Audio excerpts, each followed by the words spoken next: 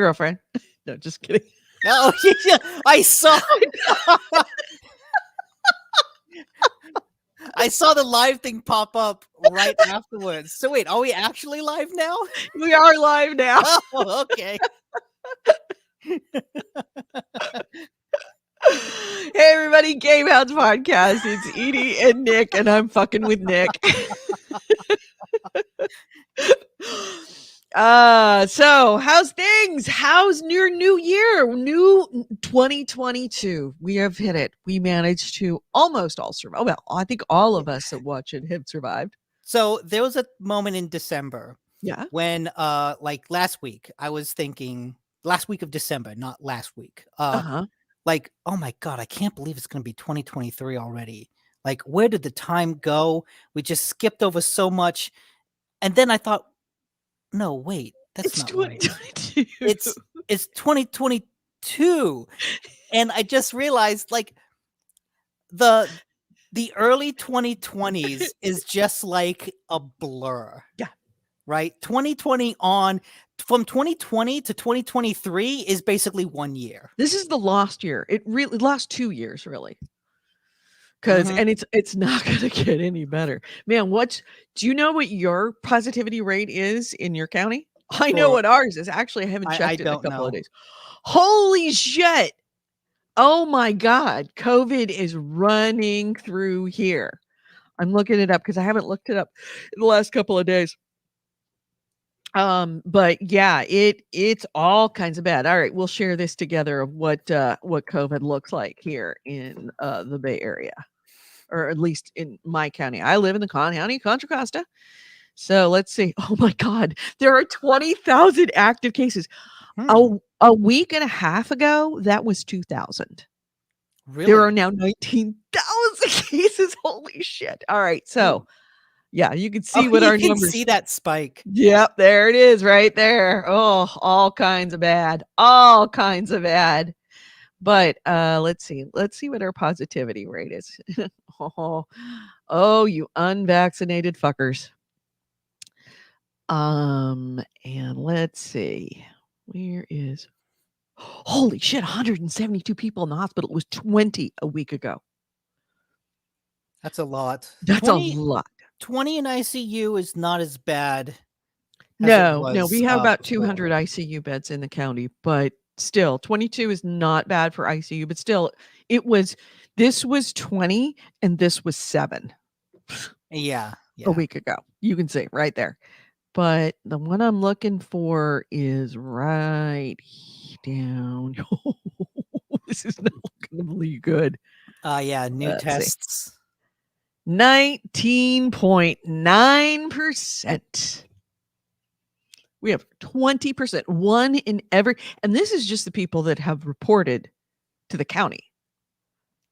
Like all the people that do and test at home and testing positive and then don't report it to the county don't count. So Mhm. at a minimum, 1 in 5 people in the county right now. I know a week or so ago, Ryan had a COVID scare. Yeah. Someone he works with, and has been what's the shot called? Vaccinated. Vaccinated. They've been vaccinated and all that. Mhm. So like they've hung out without masks. That guy got COVID and didn't tell anyone about it, so continued to hang out with people without Oh, masks. that's fucked up. That's fucked So up. Ryan like rushed to get a like super fast, home test Mhm. that could be done in a day. Thankfully, he was negative. Thank goodness. Yeah, I've been testing pretty regularly. Right before, because I saw this spike right here. Hmm. I saw this happening right about in here. I was doing, my daily show, and I was like, everybody stop what you're doing. When I get off this show, walk, don't run to CVS and buy yourself a handful of home tests because the run on home tests is about to get real.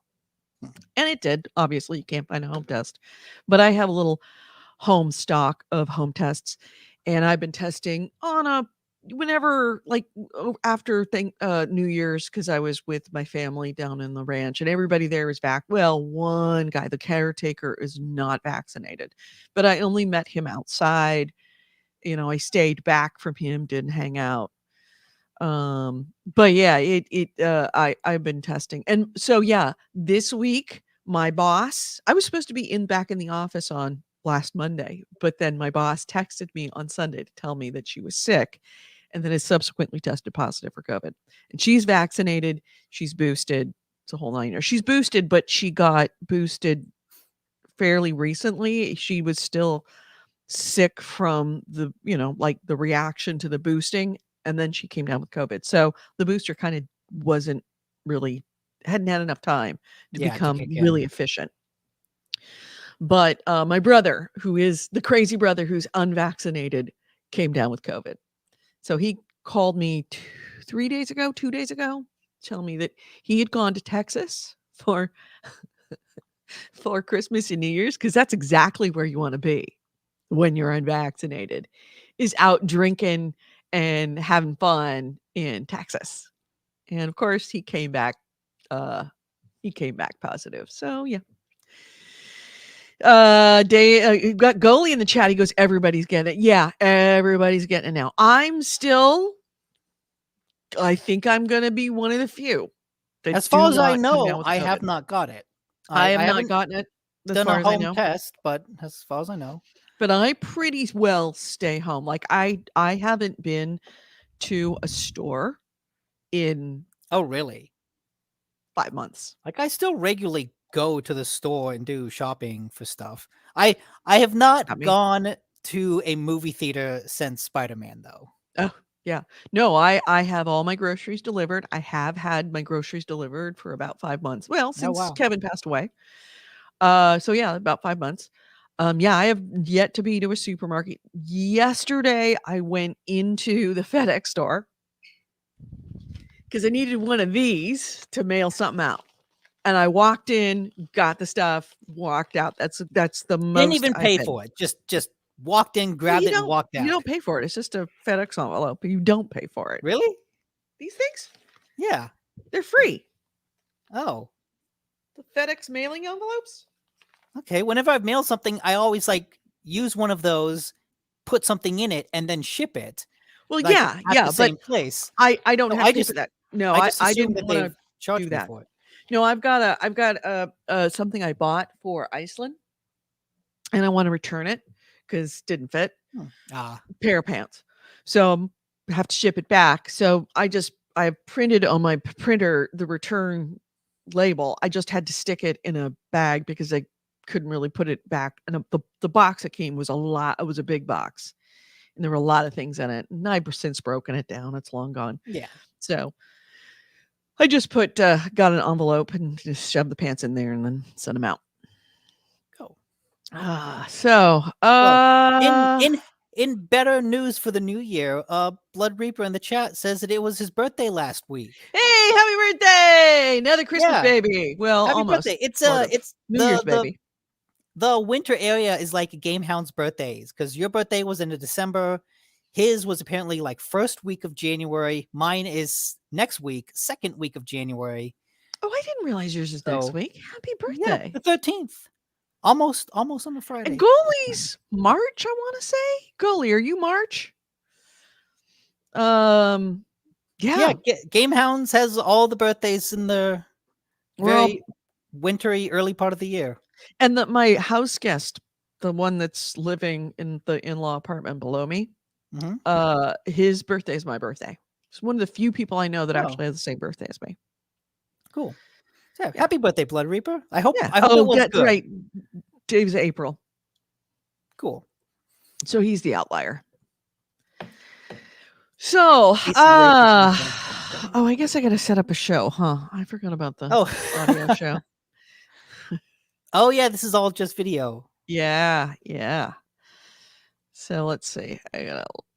So yeah, I'm no longer doing my daily show anymore, the neighborhood show, because I said that I would be doing that show until I went back into work, and I was supposed to go back to work on Monday. I'm literally waiting for any minute for my boss to say we're going back into work. I Oh, think that she's like thinks it's a bad idea that we're going back into office. It is a yeah. very bad idea that we're going back into the office. But they're moving forward. I think that she's kind of holding off, waiting for there to be some kind of county directive that we shouldn't go back in the office, or that somebody, Somebody's gonna say no, don't. yeah, somebody's finally going to get a clue, or that one of the officers in the company comes down with COVID and then they go, oh, maybe we shouldn't come back in the office. So they're kind of waiting for that. Okay. Uh, But it does not look like that's going to happen. But she's still home with the COVID. She's still sick. So, so I know there's a lot going on in the chat. AC Wraith says that his family celebrated Christmas just last week, and he bought a bunch of stuff on Steam. I remember he talked about in Discord how he was having a hell of a time with Metal Gear Solid 5 on PC because it was not recognizing a controller. mhm. I hope that you got that solved because I know that there's like a big hour-long linear part, and so if you're looking to refund it on Steam, that would really cut into the refund time. But I hope everything else is good. Yeah. Bitters has the Nope. same birthday as Lucy Lawless. That's cool. Goalie has someone trying to steal his life. There's Who? someone You mean other than Sharon? no, there's a neighbor in his community with his same birthday who's married to a Sharon and whose name is Dave. No. If true, I think you should watch No. out, Goalie, because he's going to kill you at some point. He's coming for you. Oh, that's weird. That's crazy weird. That's creepy. And Bitters says he read my story. Thank you. He says, Nick, I read your baptismal story, baptismal scars. It was some crazy good shit. What? Oh, Thank hey, you. when you have to like do your own book, and you've got to put the Oh yeah, quotes. I should put that that's a pull quote. That some crazy good shit. Bitters plus. You're right. I should put that on my Amazon page. You should. You should absolutely do that. All right. So we can go live anytime. Oh, why do I have GameHounds news up there? That's not what I should be. Okay. We Okay. should And be AC Wraith says that podcast. There we go. everything with Metal Gear opened up. So that's good to know. Okay, good. Good. All right. So if you are watching this, thank you so much. Don't forget to give us a thumbs up. Seriously, I'm really asking you all, if you are, especially if you're watching on YouTube, please give us a thumbs up. It really, really helps. My New Year's resolution is to see if I can grow this. Now that I've got I don't have this big old distraction with this other daily show, is to grow this show again and to really get it going. And the way to do it, it's all about the analytics. YouTube does love its analytics. It's all about the thumbs up. So please help us by giving us a thumbs up and letting us know what works and what doesn't work. And if it doesn't work, give us a thumbs down. That's better than just watching and walking away. So go right now, give us a thumbs up. AC Wraith says that we're outlasting the Dice Tower. Is that What? another podcast? The Dice, what I'm not familiar with that show. I'm assuming that that's another show that we've outlasted. Yeah, we've outlasted everybody now. In February, we will be hitting our, let's see, we started in 2008, so this will be our 14th year. Oh, yep. Yeah, it is. It's a board game podcast. Yeah. Yeah. It's big with board games. Maybe we should do a board game show to grow the show and stop talking about video games. I mean, honestly, I would love to do a board game show. We just need to have people over to play board games with. Yeah. Yeah, I played a great board game. Actually, let's start the show. Let's start the regular show and then we can talk about games, okay? Okay. All right. What do you mean I've exceeded my storage limits?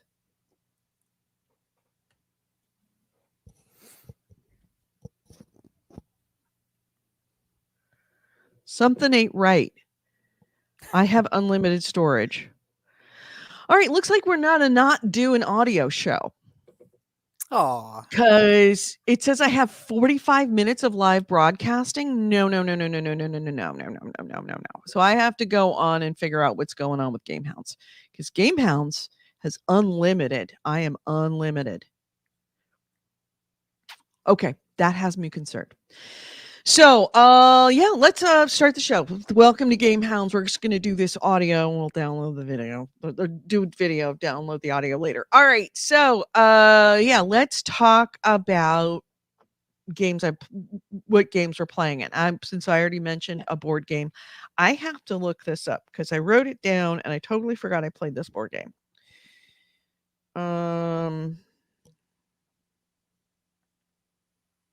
God dang it, did I not write it down? Guess I didn't write it down. What was it about? Like, what were you doing? You are let me see if I can. It's I think it's called it's not Quidditch. It's Quibble. It's a card. Quiplash? No, Quiplash is a video game. Yeah, no. God dang it. I know I wrote it down, but I guess I just didn't save it. Huh. Dumb me. It's a card game where you deal out cards. You have to do it in 10 rounds, starting with 3 cards and then 7 rounds, starting with 3 cards and then working your way up to 10 cards. So you do 7 rounds. And you have letters or in your hand or combinations of letters like phonemes, and you need to make words and go out. And when you go out, it scores a bit like Scrabble, so that you keep a running total. And anybody left with cards in their hands at the end of somebody going out, then everybody gets one more turn to go out. And any cards left in their hands gets deducted from their total in their hand. And at the end of 7 rounds. So it gets progressively more difficult because you're getting more and more cards in your hands. Like the first hand is a 3-letter word. The next hand is a 4-letter word or 2 2-letter words. The 5th hand, you're starting to get a lot of cards in your hands. And by 10 cards, it starts to get really, really challenging. And God dang it, I really wish that I could remember the name of it. But it was a very good game, and we played it drinking with the very smart people at my table, and we had a great time. But the game that I've been playing more this week and the video game is Persona 5 Strikers, which is the free game for this month on PlayStation Plus. And it is different from a Persona game in that Persona games are tend to be turn-based fighting games, very JRPG in that way. And the Persona 5 Strikers is not. It is a fighting game.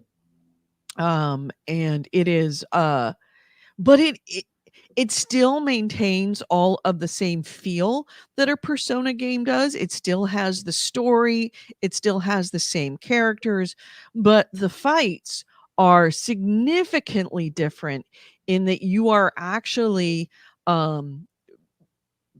doing an active fight. Let me move forward on the video so that you can see. Is this the one that's like Dynasty Warriors? Is it?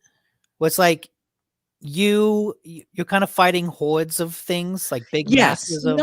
Not entirely. A lot of times you're not fighting actual, like, oh gosh, come on. There we go.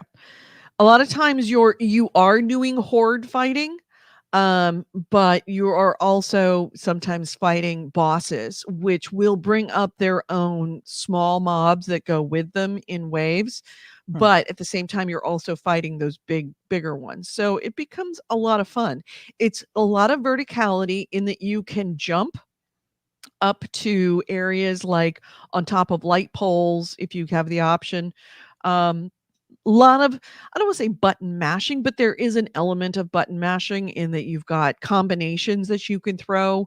You also can pull up your persona and use the persona, but it's not turn based. It's not strategically doing stuff. It is one it is live action fighting. But it's really quite fun.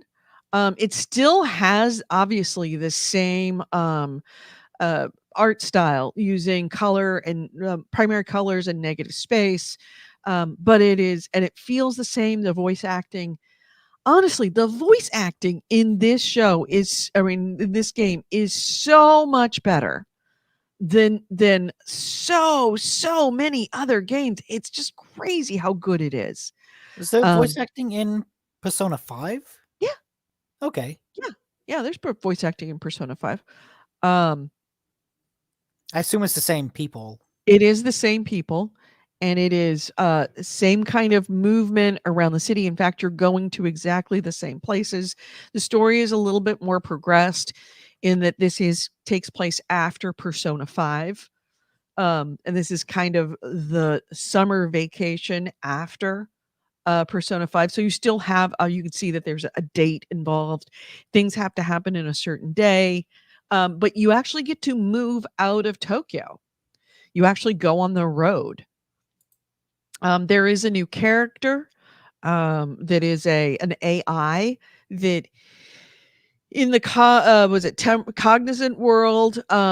She's actually a character that you can have on your team. In the real world, she is an AI on your phone, a little bit like Siri. So, but she's actually a real, much better AI than what Siri is. So she calls herself, there she is, Sophia is her name. She calls herself humanity's companion.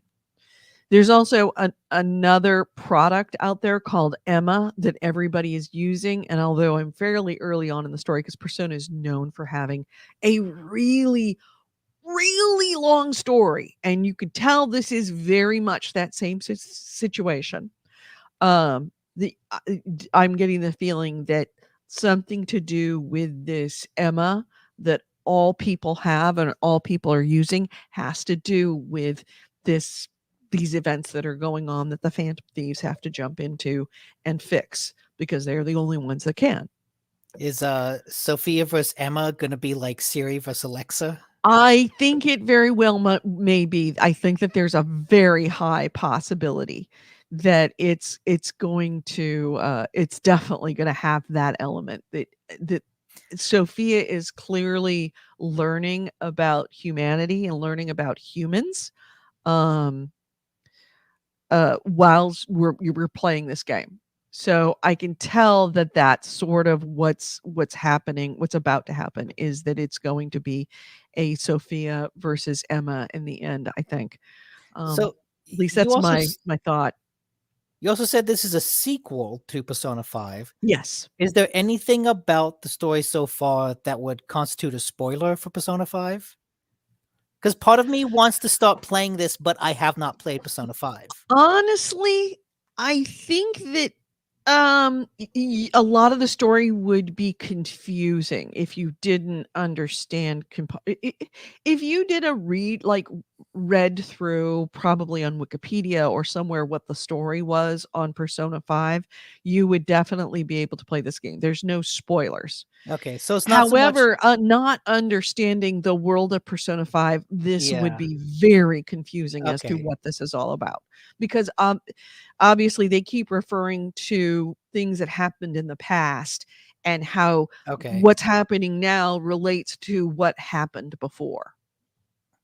So you Okay. kinda do need to play, I think, in my Yeah. opinion, Not so much Persona 5. spoilers, just like, hey, there's no world building in this one because they assume the world has already been built for you. Right, right. Yeah, there is definitely no world building. You are dumped right into it right away. Hmm. So understanding the nuances of these two different worlds, the cognitive world and the real world and how they relate to each other, understanding what castles are, understanding what treasures are in that world is important to know, because of course this keeps coming up and they're like, hey, I thought we dealt with this before. Well, this is similar, but it's different. Understanding the relationship of the Phantom Thieves to the police and how they were thought to be causing problems and they were on the run from the police and hiding from the police.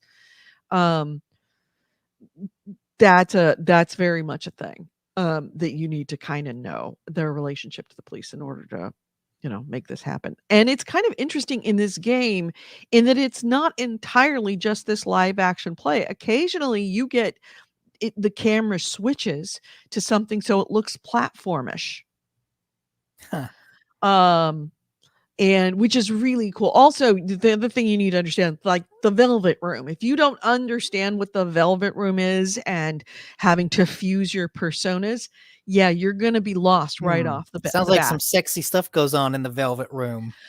Some Actually, it's fusing, some velvet. brutal. These personas, which are these characters that you can pull up, that you can allow them to fight and use their powers. Joker, who is the leader. Most people only have one. Joker, who is the wild card, can have many. And that you can fuse personas together. And the way you do it is by executing them, like saying, I want to fuse this one and that one. In the old Velvet Room, they were actually both put on guillotines. They were bound, gagged, Okay. chained, and thrown onto a guillotine and their heads chopped off Wow. together in order to have them fuse. In this one, they're put into Iron Ladies. No, what do they call? Is it Iron Ladies? No, the Iron Maidens. Iron Maidens. They're put into Iron Maidens. Same I thing. don't. I Bound, feel like that's even gagged, worse. changed, thrown into an to an Iron Maiden and murdered so that they can be fused together. You have to sacrifice them. And it is a real sacrifice. But if you don't understand any of that, none of this is going to make sense. And that is within the first hour of this game. I'm 15, 18 hours in. No. And I have just left Tokyo, which is kind of a refreshing change in that you leave Tokyo.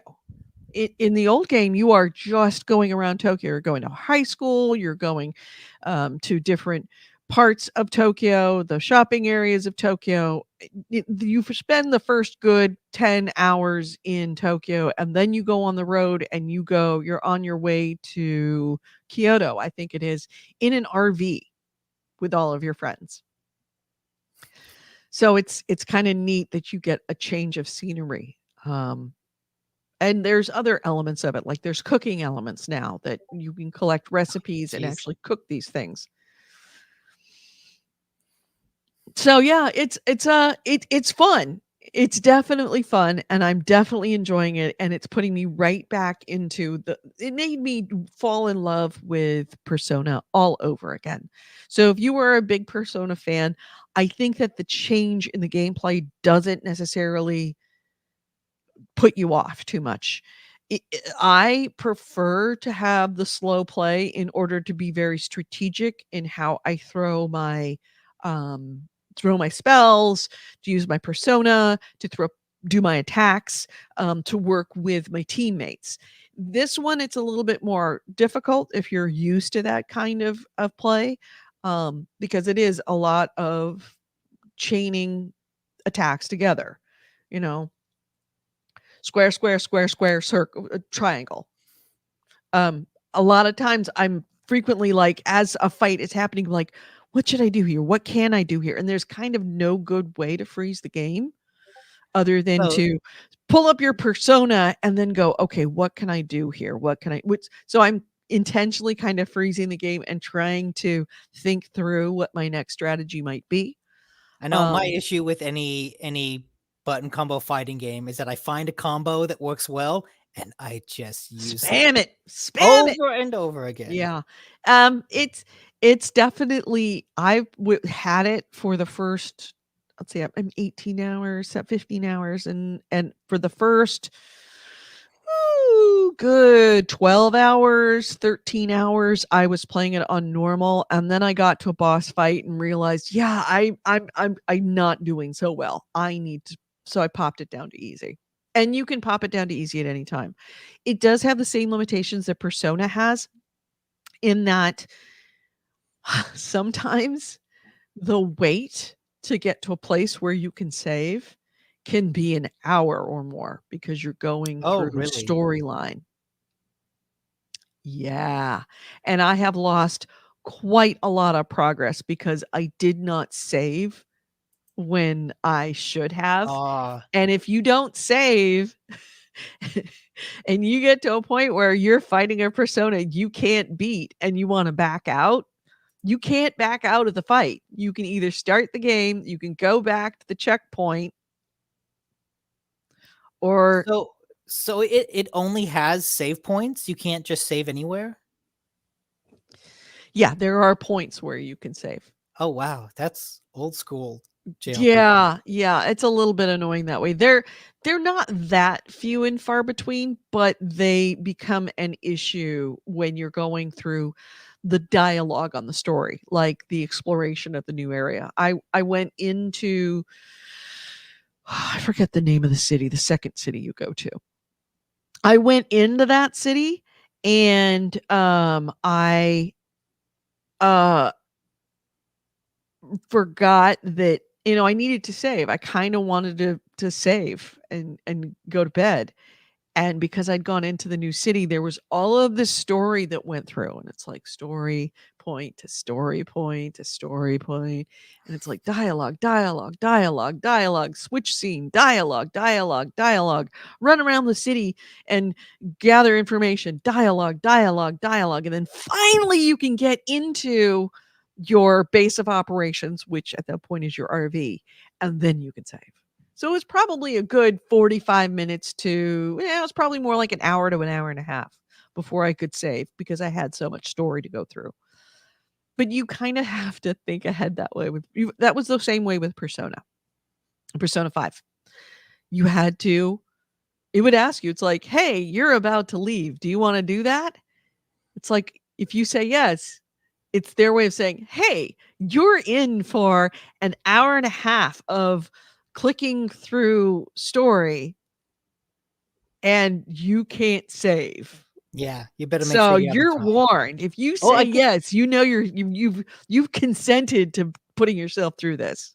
have you tried putting the PlayStation in rest mode? Like, is that a way that you could shut it, like turn the game off and let it go for an evening and then come back? Um, I guess I probably could. I probably could do that. It's definitely a viable option. I just didn't do it because I hate using electricity. I've turned into my dad. I feel bad that I have the heater on, but it's freaking freezing out in here today. Yeah. So, I don't use rest mode that often, but sometimes I'll use it for an evening mhm. in situations like that. Something that is nice is that this thing on the PlayStation 5 loads so fucking fast. Holy shit, it loads fast. With Persona 5 on the PlayStation 4, when you did stuff like you wanted to back out, there was a little bit of a time tax that you had to spend. There is no time tax on this. You just move almost seamlessly from one to the other. There is no like long wait. There's no load it up and go to the bathroom and then come back like it was Yeah, with on the PlayStation 4. that's It that's is truly next definitely gen gaming. Bitters Plus says it looks like Dynasty Warriors. Yes, it very much Okay. has a Dynasty Warriors feel to it. Um, but it is obviously all of the same mechanics that you had with PlayStation, or sorry, with the Persona 5, in that you've got um weaknesses, strengths. What? I like that the name of this boss is Troublesome Housemaid. Yeah, there was something prostitute, one of the names. Yeah, the translations, are pretty awesome. You can switch out your party. You obviously have multiple members of your party. You can switch them out. There's same kind of mechanics with the bond that you have with your friends, gives you points that allows you to give perks. But yeah, it's it's Persona. It feels like an old friend that you can trust. Like one of the few IPs that I can trust is Persona at this point. There's no game now that I look out at and say, "Oh, hey, I know it's going to be a good game because it's an XYZ." Like BioShock used to be like, if it's a BioShock game, I Yeah. know it's Oh, going to be great. BioWare. Sorry, BioWare. Yeah. BioWare great game, I know it's going to be great. If it's a Bethesda game, if it's I know it's going to be great. Yeah, Yeah, can't say Bethesda that hadn't anymore. done a crappy game. Um they haven't had like I guess like their MMOs are kind of mixed. right, their MMOs are used to be Yeah, like the Bethesda Fallout one. MMOs were mwah, fantastic. Now, maybe not. But Persona 5 remains one of my last titles that I can look at and if it's coming out, I know it's going to be good. And honestly, I had my misgivings about Strikers because it was different. There was that like, oh man, I've been burnt so many times by this. And no, I'm not burnt this time. Cool. It works. Even for someone who's not a big fan of these button mashy type of games, it works and I'm enjoying it. And the story and all the things that made it good didn't change. The characters, the story, the whole oeuvre of the art style is great. The voice acting just brings the whole thing alive. The voice acting in this game is some of the best voice acting in any game. Period. The end. Period. And fight me for that claim. So it feels like, but it is it's definitely a commitment. If you want to play a Persona 5 game, you're going to be playing that Persona 5 game for months. Now, I don't know how long Strikers is compared to Persona 5, but I am You're how in many it. hours did I say? 15, 18 You said hours you in? said like 18. Yeah, I'm 18 hours in and I just left the I just finished the first castle. In this one they're called jails. It's slightly different, but it's the first castle and I know that Persona 5 had like 10 castles. Oh, So geez. we're talking this is Persona has never been known for having a short game, but it is a Yeah. compelling world built that you want to play more in. And Bitters Plus says, how kinky. There's an element of kink to it. Like one of those in that typical Japanese way of like, yeah, there's kink, but we're going to just present it straightforward and not blink. Like, here it is. Okay. So, I looked it up on how long to beat. It looks like the average is only about 35 to 40 hours Oh, so that's for Persona short. 5 Strikers. Because, yeah, compared to Persona 5, the average is 97 hours. Holy shit. Yeah. And that's if you play it like diligently straight through. If you do any kind of, I'm going to go back and No, I'm going yeah, to earn that's some more main points story. and get some HP so that I can actually go fight this new boss, that adds a lot. Yeah, main story plus extras is about 114 for the original Persona 5, which that is a commitment. It is a commitment. It's a bit like getting involved with a long series, but it's as good as many long Yeah. series. So yeah. Uh AC Ray says Persona 4 Arena Ultimax is an upcoming 2D fighter for when you want to go hardcore. Yeah, no. No, this isn't going to be a segue into No. other action games. No, this is not gonna be. In fact, the action game is the part of it that I like the least. Everything else I absolutely love. So, Persona 5 Strikers is everything you love about Persona framed slightly differently. And not in a way that would offend you if you like the traditional JRPG turn-based of it. And you know, it's like coming home to somebody that you really like. It A says a friend you lot, haven't seen in a really long time. like the action and especially the style. Like I'm watching the video thinking, oh, that looks like a lot of fun. I really want to play that, but I don't want to invest the time into Persona 5 first. Um, So I might just give I'd it a shot and see read what the it's like. story. Read the story of Persona 5 so that you understand the concepts, because otherwise you will get into Strikers and be like, "What the fuck? I don't understand this." Yeah. It's coming in halfway through the story. I mean, honestly, that's kind of what a lot of anime feels like. Yeah. Yeah, but this one doesn't. If you just focus on the gameplay, I think that you miss a lot of what, because you could jump into it and Yeah. just focus on the gameplay and figure out I don't know that you would ever figure out the story. Yeah, and I don't want to do that. I want to see the story. Yeah, yeah, and because the story is what drives it. Yeah. And the relationship, and who these people are, like understanding who Futaba is, understanding who An is, um, understanding their backstory is important, especially like the first jail castle equivalent, um, is a story that touches on and on her backstory very much so. So that understanding An's background helps you understand what's going on with this first person, this first monarch of the jail that you have to fight and beat and change their heart. So yeah, I'm super happy. I'm probably going to be playing a lot of it. I'm probably going to be playing a lot of it every night for a while, but I probably won't be playing it every night all the time until it's over. I'll probably end up mixing it up with other things.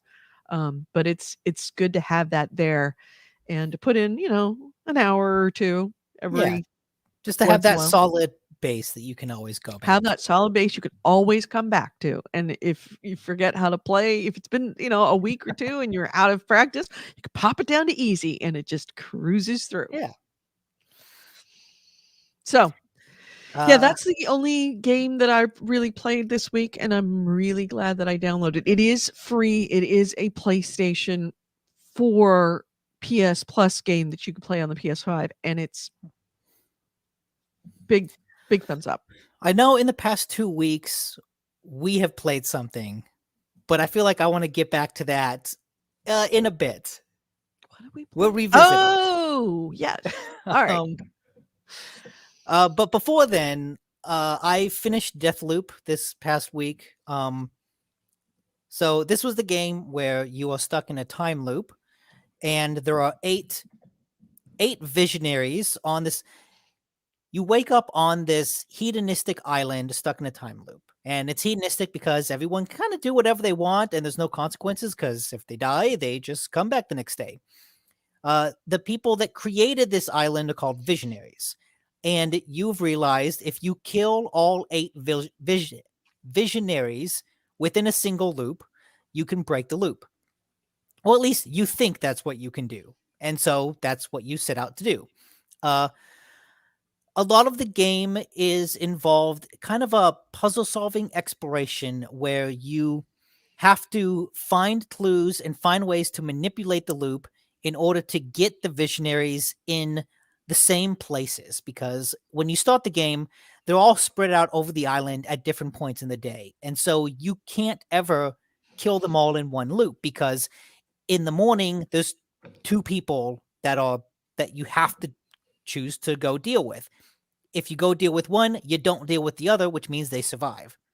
So a lot of it is, how do I set things up? How do I move people around without them realizing it to get enough clumps of visionaries together that I can then go kill them all in one loop.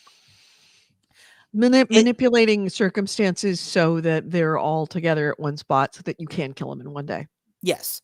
I think one of the unfortunate things is that the solution is generally like there is a solution. There is an answer as to how you get the visionaries together. There's not a lot of Hitman-esque playing around with the levels, finding various ways to kill them. It's mainly you find the solution to this answer, you execute it, and then you know that is what I have to do on subsequent loops. But I think it's a testament to the game that playing it and getting it to that point is so much fun and so compelling that I was able to get through the whole game, find all these ways, I'll manipulate everything, even though I really don't like the main character. I don't really care about the story. I think a lot of the story, because like a lot of this developer's games, the story is off to the side in tangents. And I feel like I didn't find the right one audio log in the right one location to explain very important facets of the story. So you play as Cole. You wake up in the middle of this loop. You have already been in this loop countless times before, but for some reason this time you wake up with amnesia and you don't know what's going on. So a lot of the story is about why don't you remember? Why are you stuck in this loop that you've clearly been in multiple times? Why do you not remember things? And if you're watching the video, sometimes you might see words appear on the screen off to the side. Why am I seeing this? Why do I see like the words that feel like someone else telling me what to do, telling me who to kill, telling me I'll regret it, just telling me things? Throughout the game, you are hunted by a woman named Juliana. Usually, whenever you start a level, she pops onto your radio for a bit to mock you, and mechanically, she can be played by another player. You can set it up to play online so that another player will invade your game as Juliana, and you then have to stop. You have to deal with her before you can do anything else. Or if you set it up to play offline, she can periodically, randomly invade your game as an NPC, as just a computer. I think the problem with the game is the premise is really, really interesting. This island with the visionaries stuck on the time loop. Why are they in the time loop? Why these people? Why doesn't Cole remember? It's all really interesting. But unfortunately, Cole himself is completely uninterested in solving the mystery that he is a part of. So at various points in the games, you will see other Coles. Like you'll run across other copies of yourself who, well, then like maybe they've been in more loops, less loops, I don't know, but just other versions of yourself. At a point in the end, you kind of sit down with Juliana to talk about things, and you arguing with her like you usually do. And at one point, she yells at you because she's so frustrated. Like, I just want you to ask questions. I just want you to ask about me, about the other Coles. Mm-hmm. And Cole's response to that is, why? So I can forget again? And I'm thinking, no, I want to know. I'm not going to forget. I want you to ask these questions as well because I want to know their answers. But Cole, when faced with a character yelling at him, trying to get him to ask the questions that I want him to, trying to get him to investigate the mysteries of this world to any substantial degree, he flat out says, nah. And that makes him such a frustrating character because it means I had to go, after I beat the game, I basically went online and YouTube to watch explainer videos to answer the questions that I needed to know because, like I said, I didn't find the right audio log in the right room at one point that would answer these questions. Hang on, I need a... It's just one that time. I didn't even call it this time. I wanted you to go. Yeah, this morning I reached 6 on another sneeze fest. So, AC Wraith says, could you play it again and beat it on the first loop? No, you can't actually do that. You have to like go through the process of finding a clue, setting up a clue, and kind of the process of manipulating events to get people together itself takes a couple loops. So even if I started over, I couldn't just beat it on my first try. But Juliana also, I appreciate her trying to get Cole to care, but I also really hate Juliana. As a mechanic, she is a troll. Like, her role in the game is to troll you like a 13-year-old asshole on Xbox Live.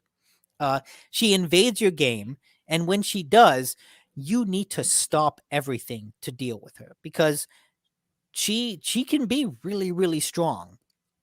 And if she comes at you at the wrong time, she can kill you. And just, she is a wrench in all of your plans. And so having her invade my game, sometimes it's fun, but other times I'm in the process of hunting down a visionary, and all of a sudden I get the warning that Juliana has invaded. And then I need to stop, back out, go try to find her, hope to God that she doesn't have on the special abilities that make her stronger so that maybe I will be able to take her out.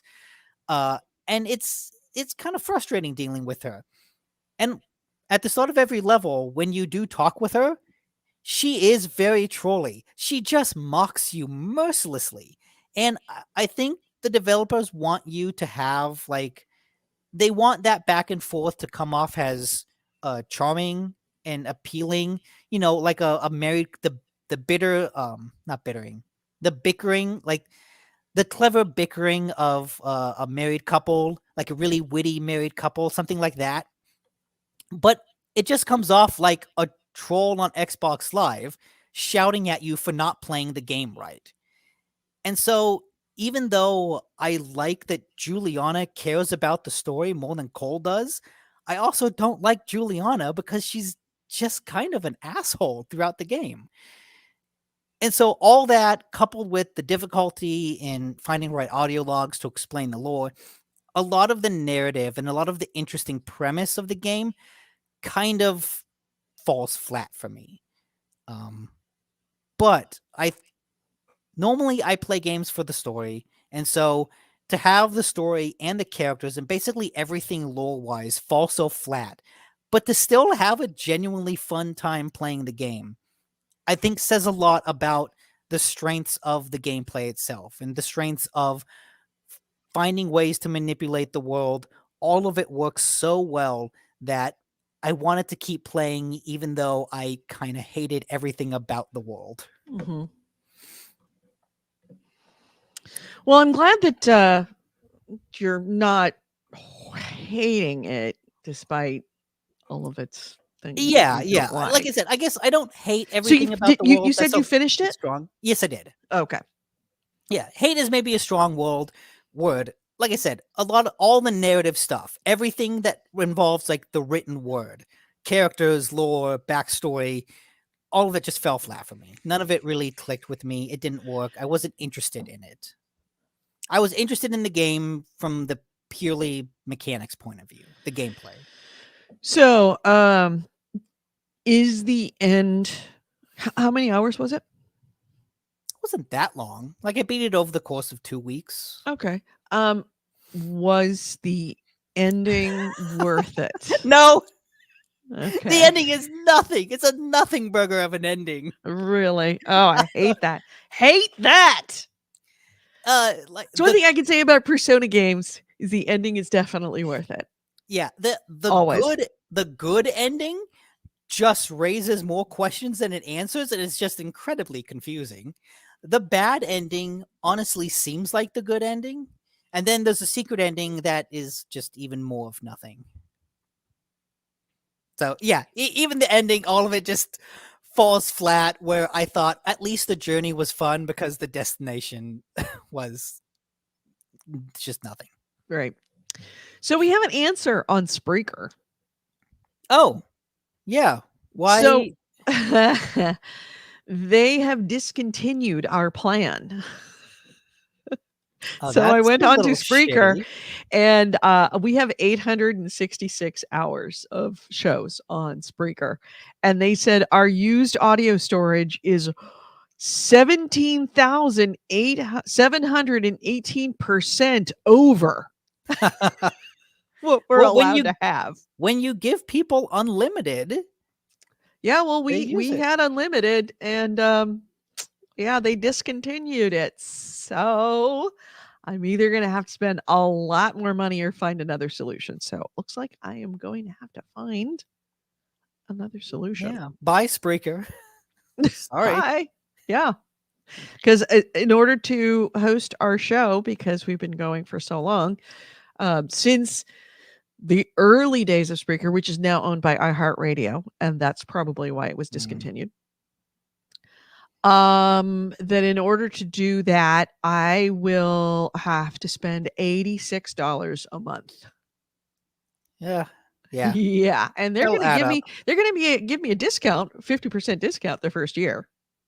Oh, okay. First year only, though. Yeah, so it's only 40. You're gonna spend $500 a year instead of $1,000 a year. So yeah, bye Spreaker. It's nice knowing you. We're gonna have to figure something else out. All right, so Okay. that was Deathloop. Yeah, Deathloop. So then I popped in an indie game called Eldest Souls, and I thought this was going to be kind of a top-down Souls-like game just because of Mhm. the name. The Souls. Yeah. It actually is more of a boss rush game where it's basically just you fighting bosses. This game will now have the distinction of being I started off the year 2022 with a broken PS5 controller because of this game. Oh, really? Um It what did you do? I may have got a little frustrated. Uh I I I don't throw my controller. Like I don't chuck it across the room. At most I like get angry and I like and I will throw it out onto the floor from my couch.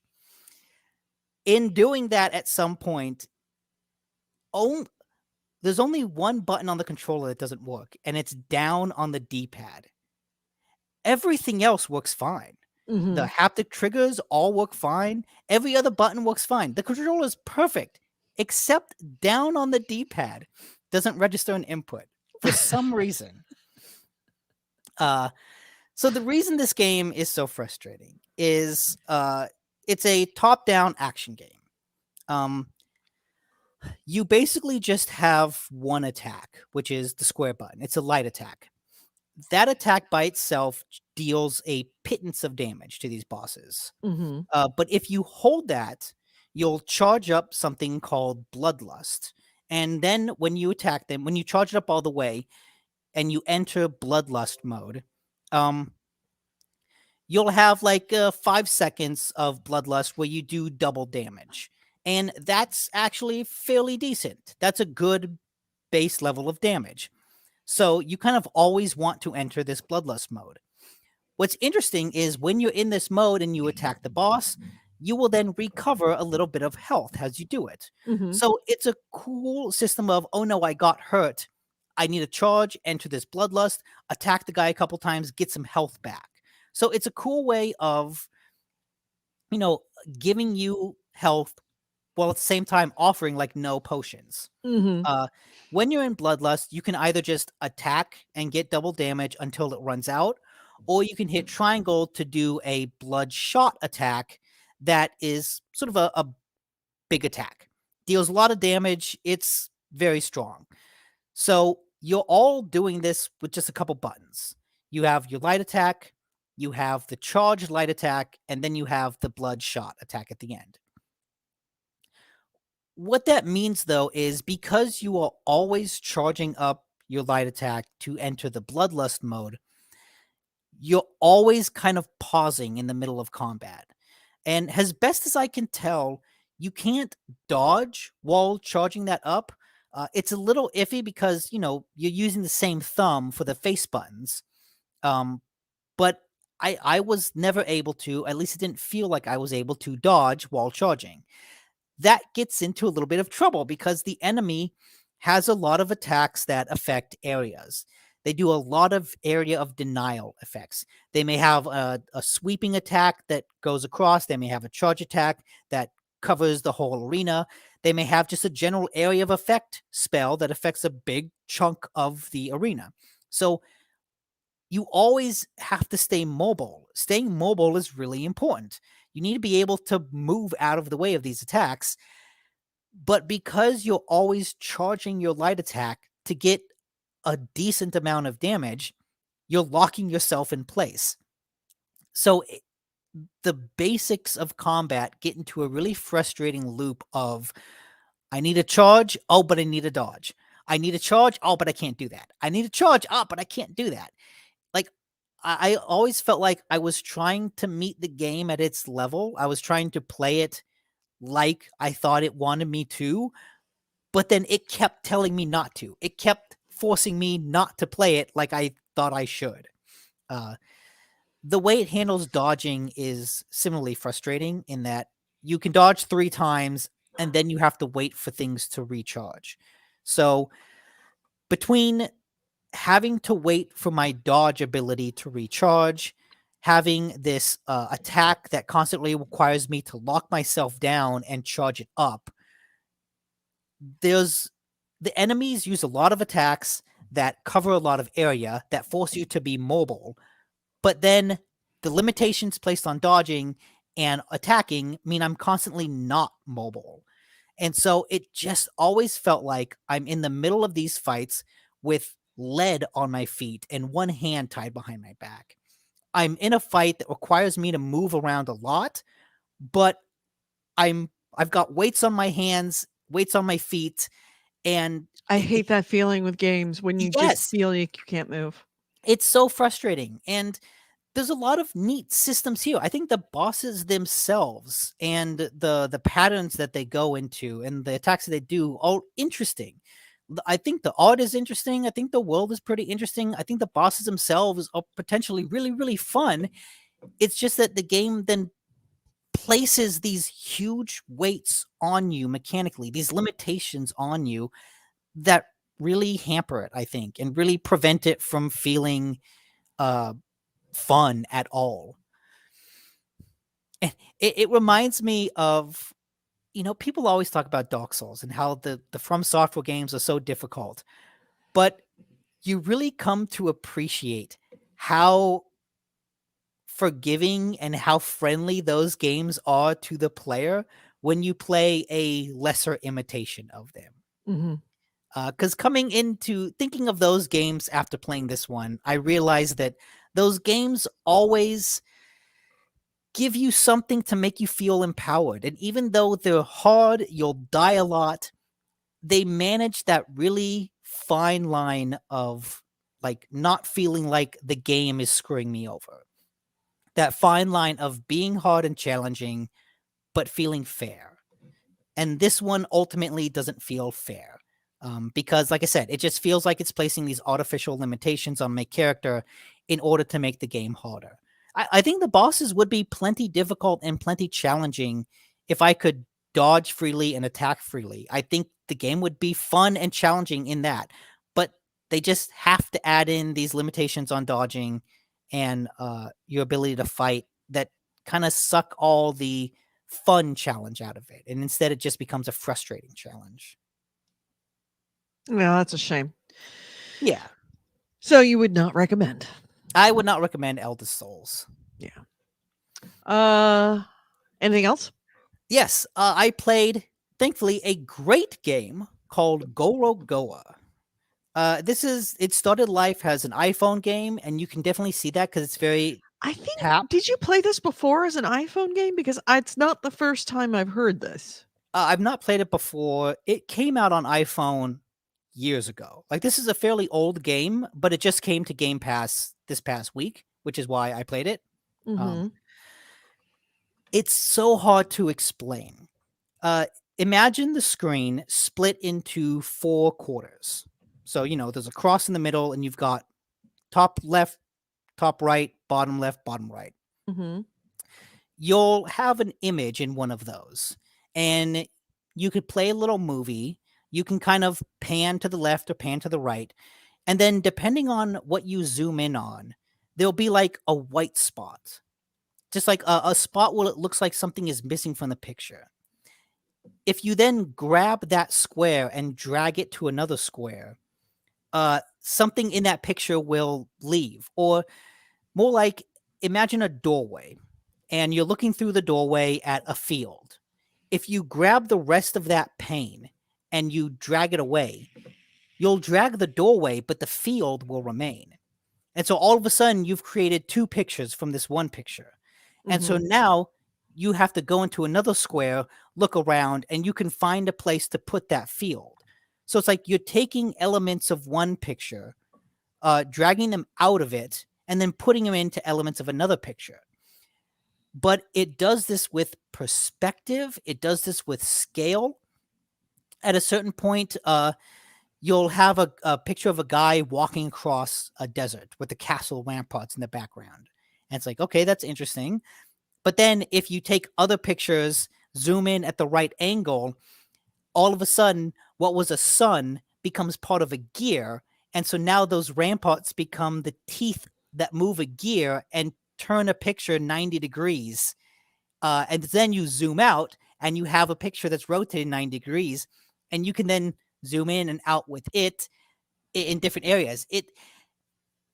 It's such an imaginative puzzle game. I don't know how this guy kept the solutions of puzzles in his head at all times. It feels impossible. And even as you're playing it, part of it feels like I don't know what I'm doing, but I think this is going to work, and it does work. And eventually you learn the language of the game. You kind of learn what it expects you to do. But as you're playing it, it never really loses that magical feel where you try something thinking, I don't know if this will work, but let's try. Oh my god, it worked. This is awesome. Uh it's a fairly short game, but what's cool about that is it's able to take this concept of interacting with things across these various four quadrants, and it really rings that idea for all that it's worth.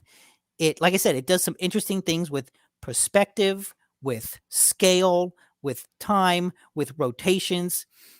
It starts off fairly simple, and then it increases in complexity such that it never really feels like it's repeating the same ideas.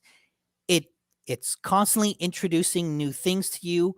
Just when you think you've got a handle on what the game is asking, it does something different and new, and you kind of have to rethink it again. And then you get to the end, and like it's done. And it's just a really good, cool game that has a really interesting, unique concept. It knows how to use that concept, constantly does something new with it, and then ends before it gets repetitive or boring. Like it's so well paced, so imaginative. I can't recommend it highly enough. It's a really, really clever, beautiful looking game. Like the art is Yeah, the truly art on this is fantastic, really cool. especially when you start getting into how the pictures interact with each other.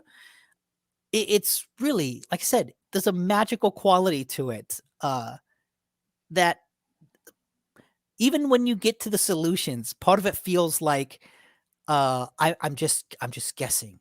Like even though I logic my way to the solution and it makes sense, it never quite loses that feeling of being just magical and impressive. It's a really neat, awesome game. God, I'm watching the solution on this, and it's just a mind fuck. Yeah, it's the solutions are such that you can't explain them without someone watching it. Like you need to see it. You need to even participate in it to actually fully understand what's going on. But what it's a testament to the game and its design that you do get it. Like you can watch a video of it play out and think, well, how the heck did they do that? I can't follow along. But you do understand it. Like you do come to a point where you're able to internalize the logic of the game and figure out these solutions, even though it feels impossible. you'll you'll always have those light bulb moments where you think, "Wait a minute, I need to do this," and try it out, and it works, and it feels great. God, it's just I'm watching it and trying to figure out like what does he need to do. It just it's I can see what you mean about how did this developer keep all of this in his head? He's either insane or a genius. I As far as I'm concerned, he's probably both. Or yeah, a little of both. Just oh my man, can you imagine what the storyboard on this looked like? Like I the can't. levels map? What's really cool about the game is after you finish it, like I said, it's pretty short. You unlock the demo, like the 2012 demo, which I guess is, he probably used to pitch it. He probably brought to conventions to the proof of concept. Mhm. And it starts out the same, but then it also like jumps to a bunch of puzzles really quickly. And you realize, you can see the basis of it. Like you can see, this is what he started with, and you can see then how he added complexity to it, how he stretched out these puzzles, how some puzzles are the same, some puzzles are different. Especially with a game like this that's so unique, having that ability to kind of see the genesis of it is really, really cool. Oh my god. Just watching this rock go from point to point in order to break just insane. Yeah. Highly recommend Gorogoa. Yeah. Yeah. I don't know that I could play it. I think that I would be lost in the first 5 minutes. Yeah, I can't think on that kind of a scale. What's Does nice it about ever it? get you to a point where you cannot figure it out, or does it have No. some way to be able to like, okay, here's what you need to do? Yeah, it's good. When you look closely at the pictures, I realized the pictures are always offering hints. Like when you look close, you can always see, this picture has an image of like meteorites hitting a cathedral. Well, that's kind of hinting that you want this rock to hit this dome. How Mhm. do you do that? And then once you learn the way the pictures, like once you realize, the way it plays with perspective, some of these pictures are going to line up. And so then when you see, here's kind of a jagged line, and this other picture has a jagged line, at a certain point, you're going to need to mix those to have those meet. So you keep those things in the back of your head. Like, okay, I know I'm going to need this. I know I'm going to need that. And what's neat about the game is it, even though there's a lot of zooming in and panning around within the pictures, at a certain point, it locks you. So Mhm. like you may zoom in, but then you can't zoom out anymore. And that's because that's the game basically saying, hey, look, this is a puzzle. This is the area that you have to work with. Figure it out. Mhm. Um, and so, okay, it feels complicated, but on this one quadrant, there's only two things I can interact with. On this other quadrant, there's three things I can interact with. That's only five things total. How can I manipulate those five things in a way that solves this puzzle? And it's like I said, it's really smart about that. When you watch it, it feels like magic and it feels like there's an impossible level of complexity going on. But when you get to that point where you're stumped and you try to back out and explore all of what you can do, you realize, okay, it's never that complicated. And so all the things I need are on like these two quadrants. How do I figure that out? Right. And that's what makes it like really so masterful is that it looks impossible, but it never is impossible. Um, question from AC Wraith about Deathloop that I did not see earlier. Oh, Could you play now that you've gone through Deathloop? Now that you know what the solution is to get everybody all together so you can kill all the elders, whatever the architects, all at once. no. Part of the process of figuring out how to manipulate things involves going through multiple loops. So even if I start the game over knowing exactly what to do, I would have to do thing A, reset the loop, do thing B, reset the loop, do thing C, reset the loop, and then maybe go and kill everybody. Got it. Okay.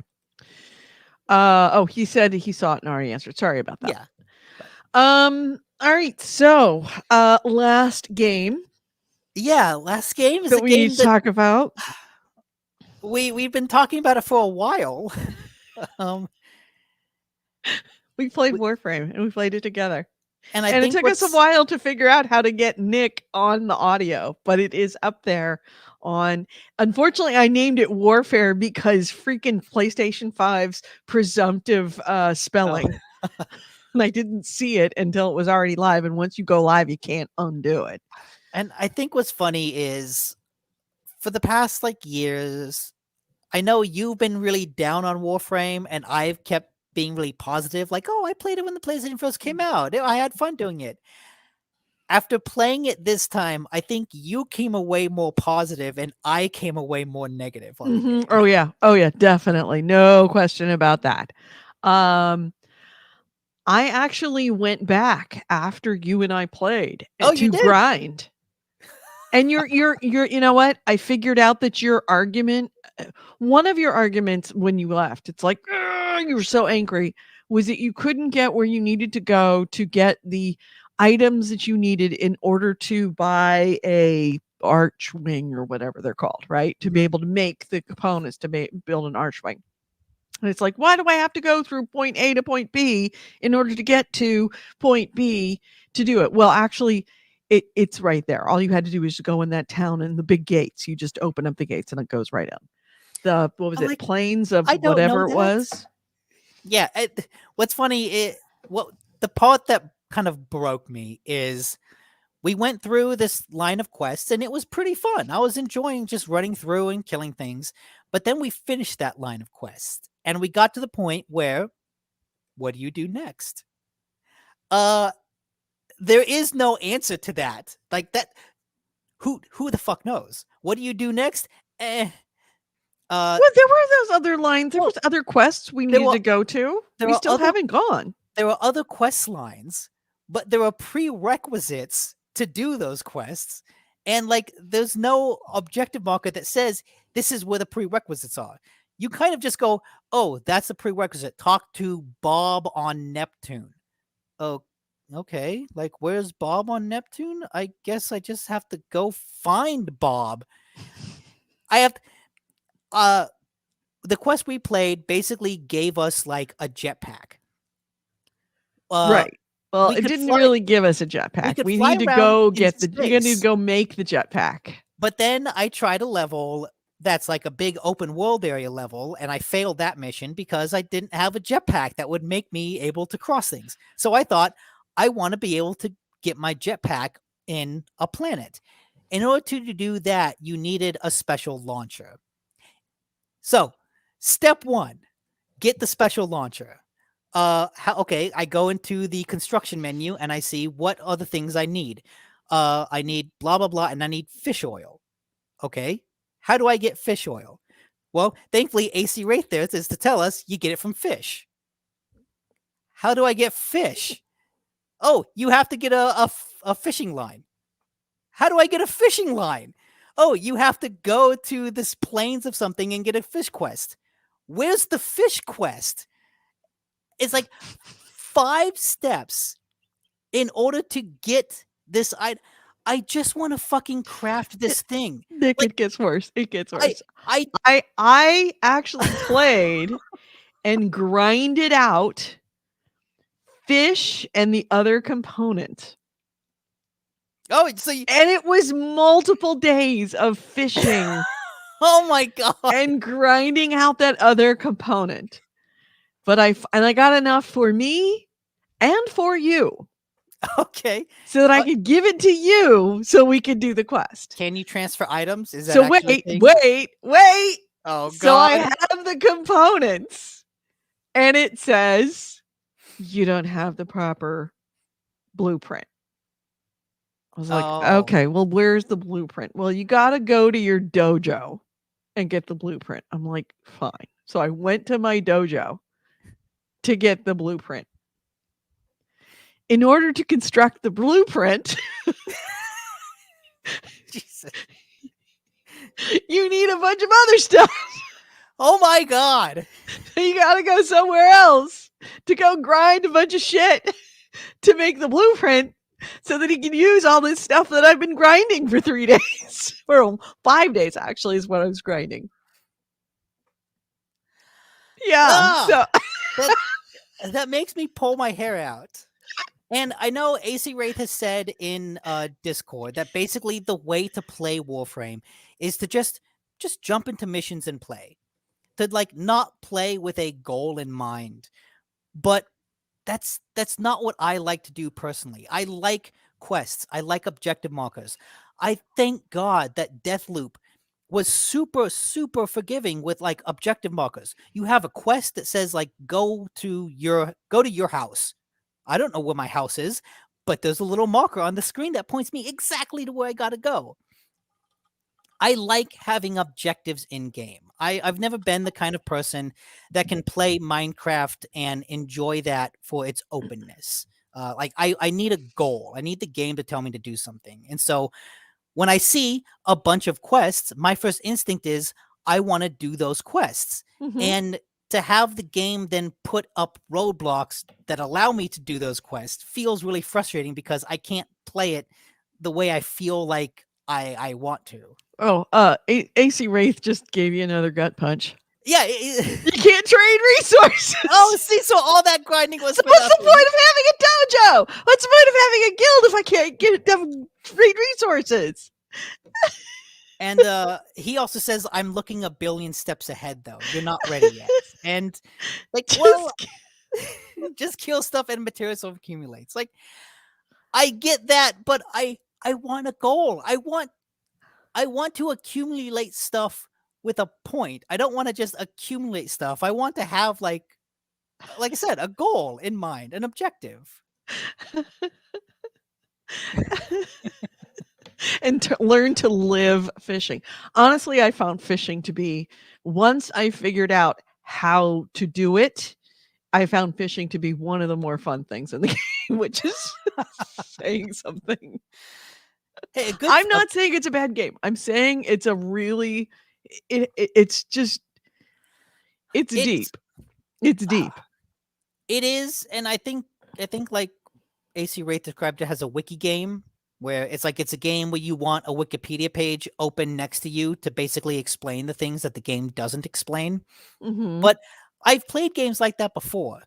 I generally don't like games that are like that, but this is that push to an extra extreme. It is. It is the capital THE wiki game. Like it is the forebearer of wiki games from which all other wiki games have been judged. Like this is the precursor and predecessor of wiki games. Yeah, it is a wiki game. No doubt.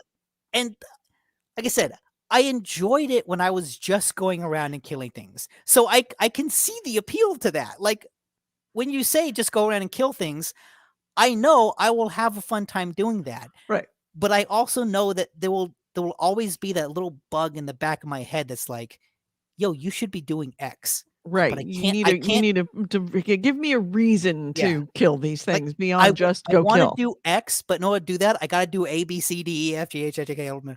It's like, it's gonna just like I know I can have fun doing it. And AC Wraith, I sort of blame you. You said one thing when we were on that stream that was the death knell. What was it? And that was, yeah, this whole area was totally easy. It's so much easier when you have an archwing. Oh. It's like, and knowing that was so far out and not kind of obtainable at that point.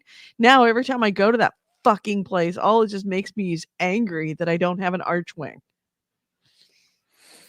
And like I can understand, like, okay, technically the archwing would be like DLC. You don't do the DLC first, right? You do the main story quest first. Yeah. But hey, when I played what was it, Eldest Souls Bitters, Online, listen, did you get your hoverboard yet? No!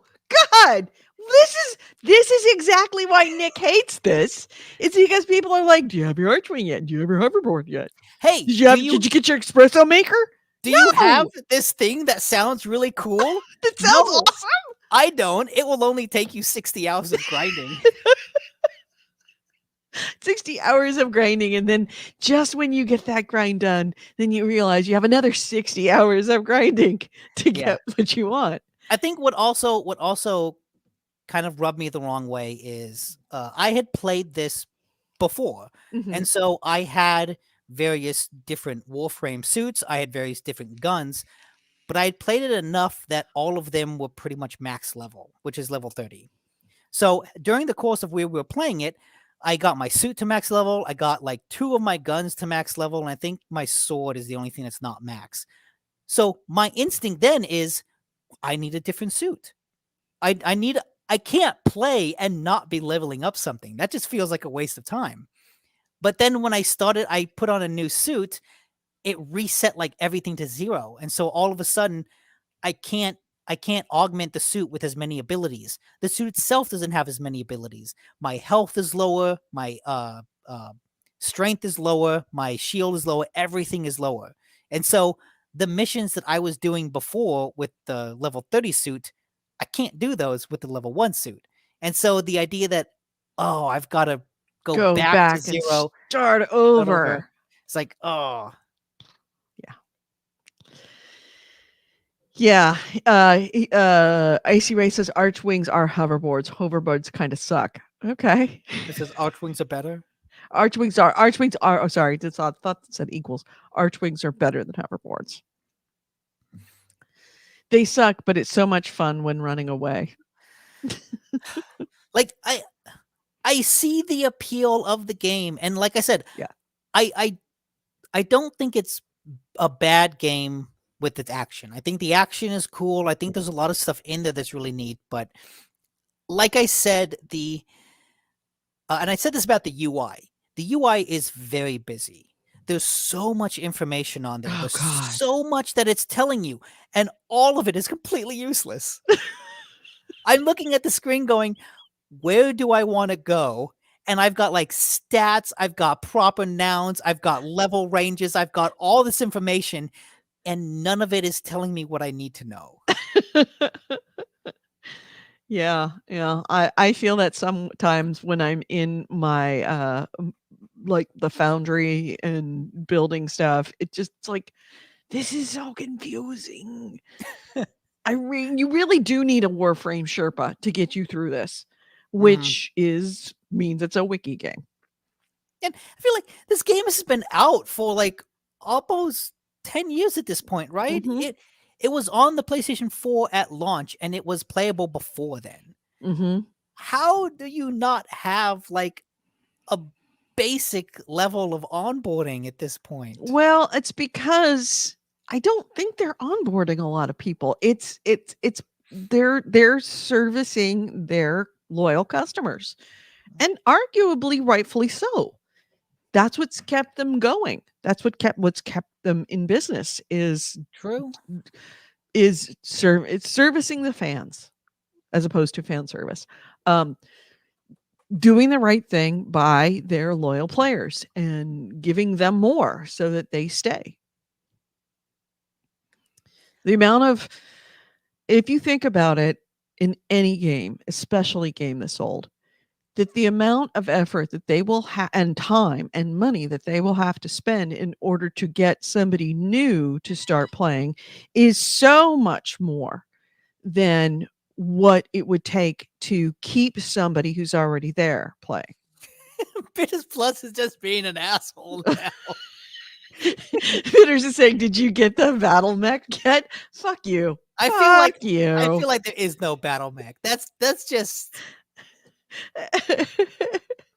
AC Ray says more than half of the mechanisms didn't exist when I started. Yeah, exactly. And that's why it's incredibly exciting for you because there's always new stuff being added. It feels like that the world is being built for you, which is amazing for And when someone who's been at this game the entire time. However, for somebody entering that game, it is such a steep curve for you to have to play catch up on all of this knowledge and all of this understanding of the mechanisms that it's an it's a steep impediment. curve. And AC Ray says necromechs are real. Oh, fuck you. Fuck you.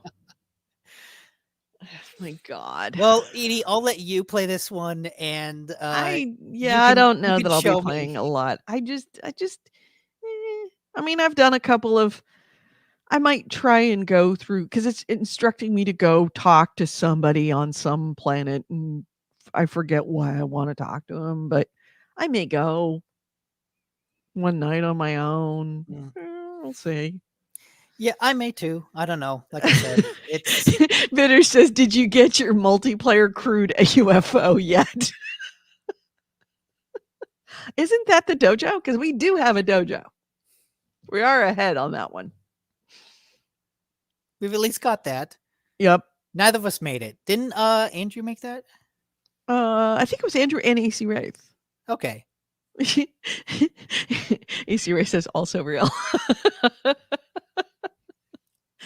Yeah, so yeah, I may go back. It's more at this point like I feel an obligation to our fans to keep trying at it.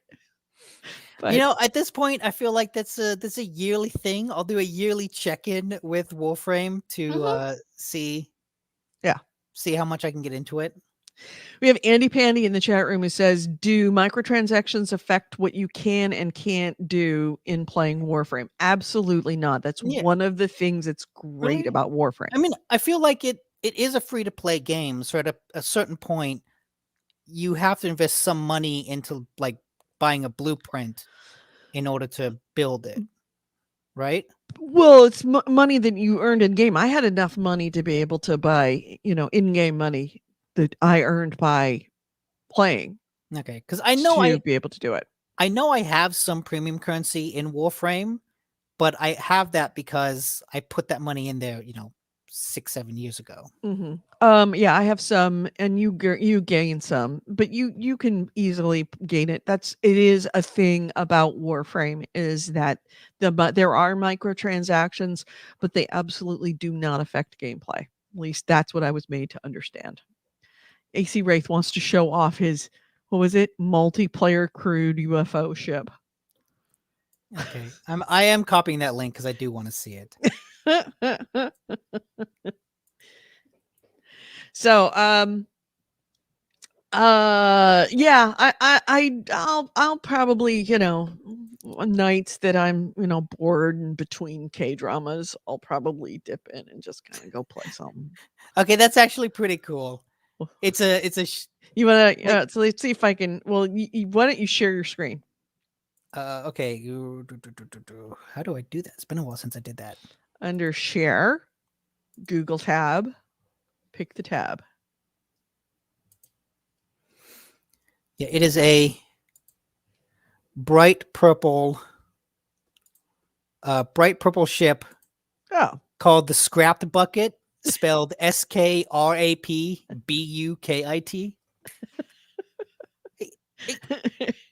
That is pretty awesome. So, very nice scrap bucket. I approve. Need to move my camera here. Oh, there we go. So, any other game we want to talk about before we move on? I need something to throw at him. Hey!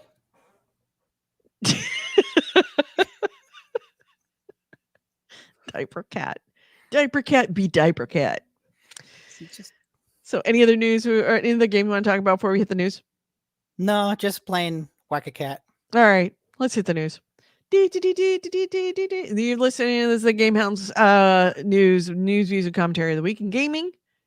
Gamer Edie and Nick Nicola. And our first item is... Okay, he's gone. E3 is going to be online only. Yes, third year in a row. So yeah, that was an announcement that was made. Let me get to where my notes are. The event's going to be an online only because of the Omicron surge. I think that they were hoping that they would be in person, and then everything went to shit. Mhm. Everything went fully tits up, and they're like, "Yeah, let's just play it safe and keep it online." The statement from the ESA, the Entertainment Software Association, which is the host of E3 and has been since God wore short pants, due to the ongoing health risks surrounding COVID 19 and its potential impact on the safety of exhibitors and attendees, E3 will not be held in person in 2022. We are nonetheless excited about the future of E3 and look forward to announcing more details soon. So, yeah, this is the third year in a row. They canceled the 2020 edition shortly after the pandemic started in 2020, and they canceled 2021 because of Delta and everything else. And now they're canceling 2022 due to Omicron. And I feel like this has kind of worked out well for E3 because like Hey, they were it's already kind of on the death knell, and yeah. shifting to online only is a good way to kind of mask the lack of You kind of attendance. muffle the agonial gasps of Yeah, like E3. if there aren't a whole lot of viewers on the live stream, that's maybe a little hard to tell. It's a little Weekend in Bernie's ish, Yeah, but it's fine. yes, exactly. Just prop it up. It's like E3's not dead, it's online.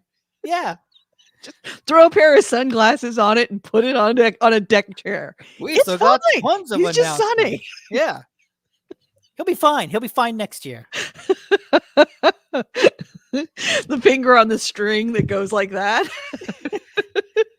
Oh, he's give a thumbs up. Give a Yeah, thumbs there up. you That's go. right. That's right. There you go. Oh, yes. Yeah, he See? says thumbs up.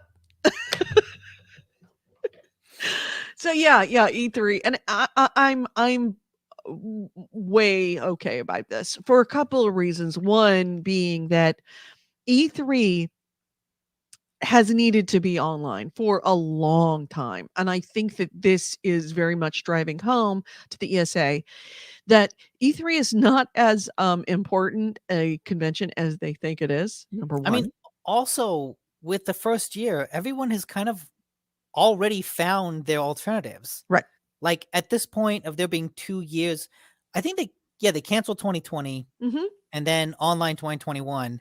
Like people have already found ways to live without E3. A lot of other publishers Yep. just have their own shows during that time. So going back to a physical show might be a little difficult because you've already forced people to find alternatives. It's the reason why you and I never take 2 weeks off in a row of this show, because it's bad enough to miss 1 week. 2 weeks in a row, you might not get those same people back. Yeah. So, yeah, people have already found alternatives. E3 now going on its 3rd year of online, it is no longer the cornerstone spectacle. Like, there's no obligation within the gaming industry now to make their announcements around E3. If you remember last year, all the game announcements that would have been at E3, all schooled up in that same week, are now spread out over an Mhm. entire month because it's no longer bookended by the beginning and the end of E3. They don't have to have everything prepped on that week every single year. It's allowed gaming companies to be able to make their announcements whenever they want and have their own online events, because now E3 online events are weighted exactly the same as a non E3 online event. It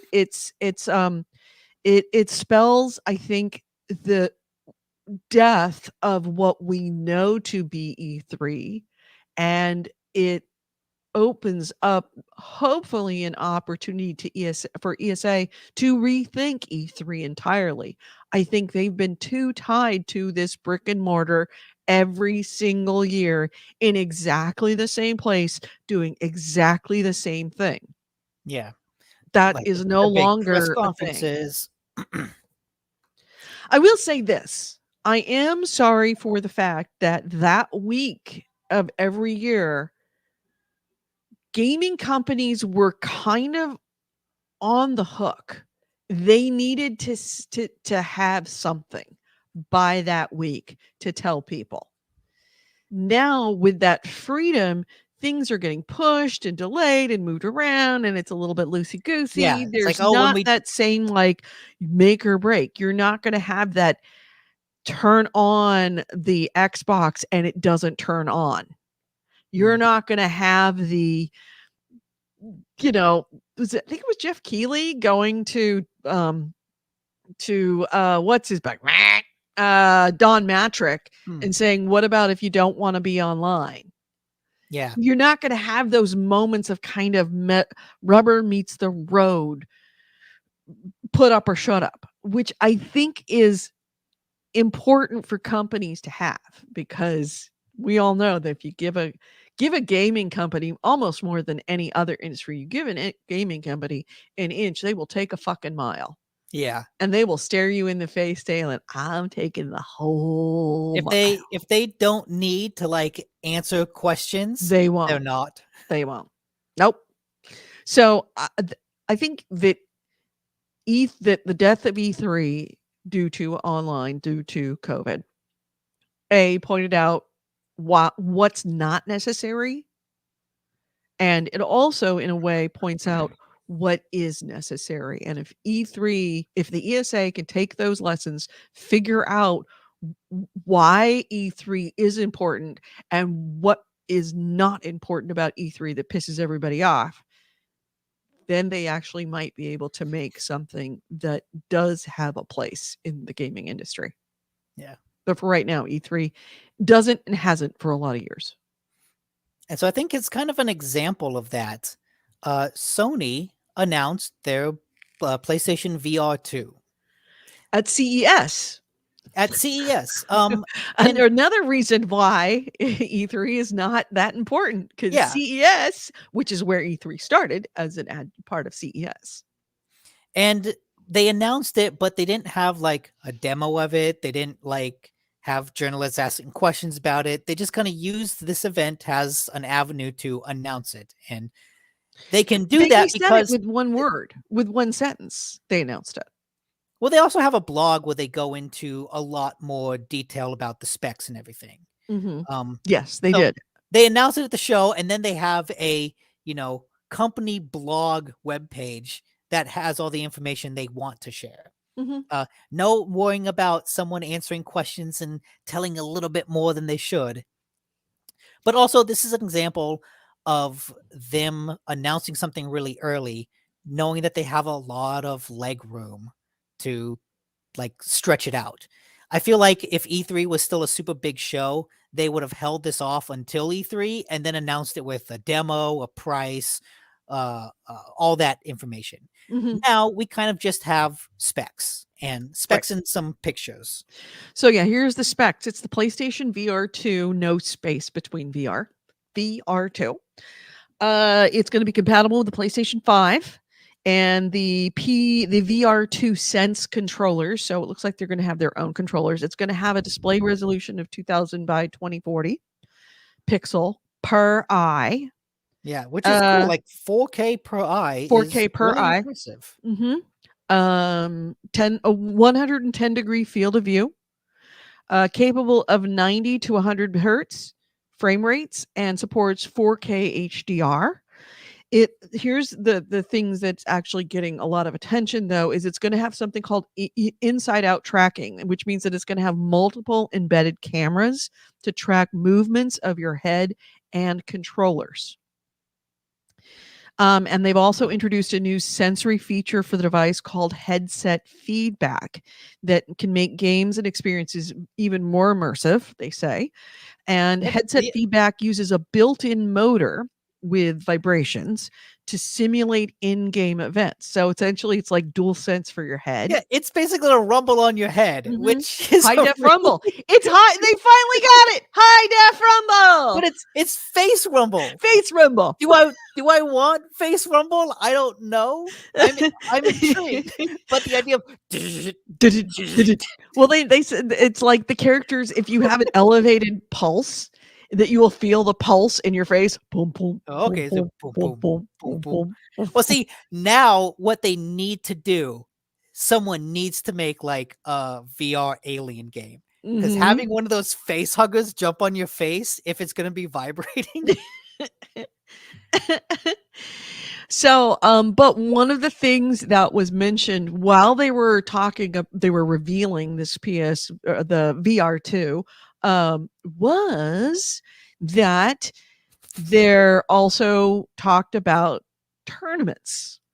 And if you read between the lines of what was said, it looks like this new feature, this new headset is going to be themed around competitive gaming in some form.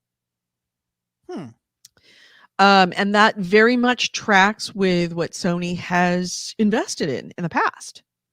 They bought the fighting game tournament Evo last year. Oh, that's right. They did. Yeah. So it may very well be that this whole PSVR2, I'm going to call it PSVR2. The VR2 and everything else is all starting to culminate in VR tournaments.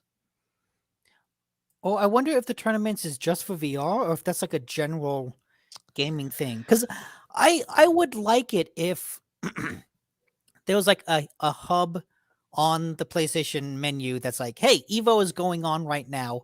Watch some live streams. Like I could do that if I want to, but having it available on the UI, I think would go a long way toward helping mainstream some of those Mhm. gaming tournaments Mhm. if you just make it really easy to watch like that. Right. Well, I think that's exactly what they're going to do. And I mean, he flat out said there is going to be a new tournaments feature in 2022. Cool. So we're going to see that tournaments feature happening soon. I'm really not quite sure why we're not seeing tournaments easy to access from the dashboard of either Xbox or Sony. Just it has absolutely stupefied me that they bury, even honestly, even Twitch on I think Xbox and Sony. They bury some of the most compelling shit deep in so that you can't search, you can't find what you're looking for. It's very hard to use. But at the same time, they've got bullshit on their front page that nobody fucking cares about. I They think a just lot of they have that all is this real estate on sales. yeah, That is it's like, I don't need to know that. Just tell me that when I get in the store. I think a lot of that is probably the people putting on the tournaments, like Ubisoft, like EA, like Epic. Um, Have you ever tried to look for a specific game? Like you wanted to watch a specific game on Twitch on PlayStation? Not on Twitch, but I've done it on YouTube. Yeah, Like on you. I've looked up Rocket League tournament Oh, you're talking search about on tournaments. YouTube. I'm talking about just going onto Twitch. Have you ever tried Oh, to, okay. like, I don't really feel like playing a game, but I feel like watching a game and then try to be like, I yeah, haven't. I'd really love to watch somebody playing XYZ game and then try to find that on PlayStation? Mm-mm. Almost impossible. Hmm. I mean, you can get a handful of games that are s- fed to you like, like these are the things that we think you should watch, but it's like I really don't want to watch some guy playing Minecraft with 20,000 people watching him. I would rather watch somebody else playing something else. But no, it's really hard. Like Hmm. for example, I wanted to watch Chaos playing, what was that? Escape from Tarkov. And I wanted to sit on my couch doing it. Could I find the Escape from Tarkov on my PlayStation? No, not his feed. I could find some Tarkovs, but they were all like, strangers I didn't want to I didn't want to watch. But I had to go to my sit on my in front of my computer and watch it because it was the only way I could access. It's like if you can't do that, why is it that I've got all this real estate on my screen and all this functionality on my PlayStation screen or my Xbox screen that I don't use? They're very, very large things, I mean, we also but I know the can't place use it for the one thing I do wanna do. The PlayStation UI is unnecessarily complicated. PlayStation UI is honestly the only thing worse than the PlayStation UI is the Xbox UI. I would switch those around. You think so? I Yeah. much. The fact Well, that then again, when it we took would us 30 minutes and multiple going through YouTube videos to figure out how to get your audio onto our live stream. and the reason we couldn't figure it out is It because, was like, so deeply if you buried. go into the settings menu on PlayStation, there's a bunch of audio options, but none of them worked. If you go into the party menu and then settings, like you get into if you go to party and then settings, like if you go to your actual party where you can then add people or remove people and then go to settings, you get a different menu than if you go to the original settings, scroll down to party and like change that. So both pages have to do with audio allowances within a party and streaming, Mhm. but they're two different menus. Right. Like it's the Right. same information, but just two different menus. So Right. And that is yeah, one it's of the dumb. major annoyances about it is that they've got all of their settings just all over the place.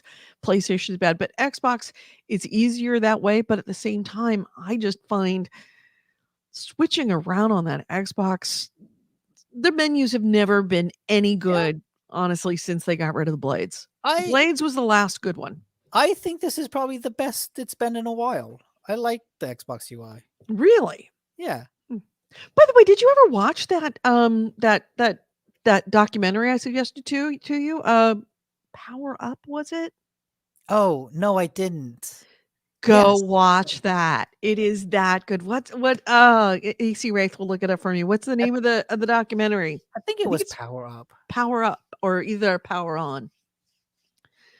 Really, really good. It's a um Power On. Power On. Uh anticipate that you are not going to watch one episode. You may just power through the whole thing because it's just that I powered through the whole thing in one night. I stayed up way too late because I could not turn it off. It's that good. All right. So our next item Yeah. is Well, I just want to say in the chat, Blood Reaper has also mentioned there's a rumor that Half-Life Alyx will come to PSVR 2, oh, which would be a real that would be a cool pretty good. system seller, I Yeah. think. Well, I Yeah. guess accessory seller, not system seller. Yeah, accessory. So, well, I mean, I guess technically that is its own system at this point. It's getting that way. Yeah. Remember we said when the VR came out, PSVR came out, it's like, yeah, we're just waiting for that moment. Like we've been on the cusp of buying a PSVR for a really long time. Yeah, well, it's like for a while I didn't want to get it because there were no games, and then when there were enough games, it got old enough that it feels like, oh, Sony will come out with a new Do version. you think you might do it this time? Oh, I'll definitely do it this time. Really? If Definitely. when they announce it, I'll get a pre-order for it as soon as I can. Really? Yeah. Not even worried about the price? Nope. That's not you. it could be You another always you are the biggest penny next I biggest penny pincher I know. After my no, look, idiot brother. I mean, Idiot unvaccinated brother. we have been inside for so long. I've saved so much money on gas and all that stuff. Like, yeah, if I'm gonna splurge on a console, I can splurge on a console. Alright. Plus, I've got like Christmas and birthday money from relatives coming in. Like at this point, at this point, if it's even if it's like, hey, it's another $500 console, sure, I'll buy that. Yeah. I would feel that way, but I just got you be very impressed. Here, Okay. I'm gonna and nope, I'm not. I'm gonna remove this. Sorry. I'm going to stop I'm gonna share a screen. I think you would be very impressed that I am actually not hyperventilating at this point. Let me. Okay, good. I can do that. I am taking out the important stuff so that Let's see. Yeah, I just need to take out all of the sensitive information on it. Yeah, I just got an email. Oh, I okay. have my chimney is, I noticed that there was a piece of masonry that fell down on the inside of my chimney last week. So I called a chimney guy to come out and take a look at it. I just got the estimate. We will. Hold on a second. I need to cancel that. I need to get my personal information off of this. So give me a second. I can talk about some other stuff. Until then, No. I mean, it's fine. I'm just gonna go. It'll be easy. Give me a second. All right, there we go. Now I just needed to save it without my address being in the name of the file. Fair. Can you see it? 4 workers, total $20,000 for a chimney repair. I just got that in It's just in a my bunch of email as we were bricks. sitting here. You don't use that chimney. Who needs that chimney? Well, I mean, it could fall off the house and then bash the other house next door. It's the other house. Who cares about that? Because it would be my fault and I'd have to pay them. I'd be paying $20,000 to them as well as Why me. is it so much for a chimney? What is it about? The chimney's broken and the chimney's Providing- broken at the roof line. The chimney is sitting on the roof. It's Mhm. broken at the roof line. Oh, really? Yeah. Oh, so it really it could is about slide to off. fall. It It's really about could to slide off any the day. house. Hauling away, but like that still doesn't answer. Like, why is it so much to put a chimney to fix the chimney? Like, why $20,000? Well, also, I mean, if you look, it says here that it's existing masonry chimney and rebuild matching existing design of old. I live in a historic house. I live in a house that is a contributing member to a historic district, so it has to be replaced with matching material. Okay, so I guess the material potentially could be a little rare. Just make it a little harder. What's it? Something has to be installed below the attic floor to make sure the smoke, spark arrestor, dampener on top of chimney, sealer will be added. So I feel like you need to get a couple different quotes. Yeah. Just to make sure that that's not. Oh, hold on a second. AC Wraith has the right question. How much for a pickup truck and a sledgehammer? Yeah. That's yeah. I mean, I just parked the pickup truck in our driveway. It will slide off the roof and into the pickup truck directly. I see nothing wrong with this. This plan is like watertight, foolproof. One good knock with that sledgehammer, it's just gonna all go through. Yeah. So I'm doing pretty good considering. Wow. I mean, I saw that and yeah, I haven't started hyperventilating yet. I think no. That's almost as much as my car cost. Yeah. I was saving up. I was trying to save up for something. Now you gotta. Yeah, AC Wraith says, is there anything that home insurance will pay? I don't Or think does that so. all have to be out of pocket? I think it all has to be out of pocket. That's absurd. Yeah. And if I did pay for it with my homeowner's insurance, guess how I would be paying for it? I guess the insurance will just go up. You know it. It's pay me now or pay me later. By more than the $20,000, I can guarantee you, they would get more than $20,000 out of me. Yeah. So yeah, we're gonna have to get another estimate on this one. Wow. Anyway. Yeah. Anyways, well, okay. Next item. You know, maybe I'll buy you a PSVR then. It's like my consolation PSVR. I'm like, sorry about chimney. Yeah. All right. So my first item is Riot Games.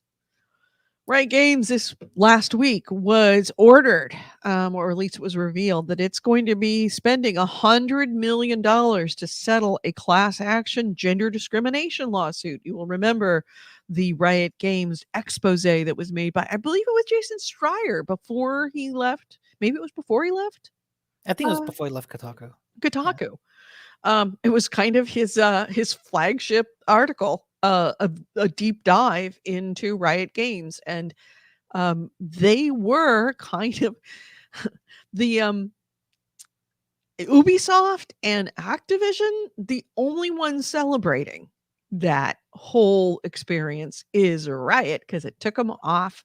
It made them no longer the poster children for bad actors as far as it came to treating women and minorities within their company. So, yeah, they were originally ordered to pay in 2019 $10 million to thousands of class members when the California DFEH, Department of Fair Employment and Housing, stepped in, and they said that wasn't nearly enough. They were supposed to pay 10 million. Sounds very familiar. Doesn't it? DFEH stepped in and said, "Yeah, no, that's not enough." So both it was actually the DFEH and the Division of Labor and Standards Informants, the DLSE in California. The two agencies instead argued that Riot should pay $400 million for its labor violations. So, yeah, it ended up being that the settlement that was overseen by the class action suit, the settlement of the class action suit that was overseen by the DFEH and the DLSE came out to $100 million. So the majority of this settlement, $80 million, is going to go to the women who either currently or formerly worked at Riot since November 2014. At least 2,365 are eligible to receive a part of the settlement, according to the DFEH. That includes contracted workers. The rest of the settlement, $20 million, is going to be paid as attorney's fees and quote unquote miscellaneous expenses. So 20% of it's going to lawyers. The other 80% is going to the 2,365 women who were employees, women and minorities who were employees, or actually it was gender discrimination. So women who were either employees or contractors that worked since November 2014. So at least that one's put to bed. And yeah, it does sound eerily familiar to this federal thing that is going on. The difference is that with Riot, that was an agreement that was made between the employees and Riot. It was not made between a federal agency and Activision, which is the $18 million settlement that they have right now. That's the federal government wants them to pay for all of their shit show. But it is arguable, easily arguable in front of a non-biased third party / judge to say, how is it that Activision, which is so much worse and bigger than what went on at Riot, can pay 18 million, but it's 100 million for Riot? Yeah, like you said, it was for Riot. It's 20,000 employees are eligible. 2,000. 2,000. Okay, I imagine for Activision that number's way higher. Way higher. And so, yeah, to have less money split up against more people. Mm-hmm. That's... Yepper. So, I don't know if this might be used in the Activision case. I can't imagine it wouldn't, that someone wouldn't say, hey, 18 million is laughably low. I've actually never seen anybody use the statistic that I did about that $18 million settlement, that it accounts for 40 minutes of business for Activision. Yeah. So yeah, but that happened. Your next item? Going back to Sony, a former developer of Days Gone, the former head of the developer Bend Studio, Jeff Ross. Sony recently celebrated Ghost of Tsushima selling 8 million copies, which is like genuinely really good. Yeah. But Jeff Ross kind of took this moment to say, hey, Days Gone actually sold that much as well.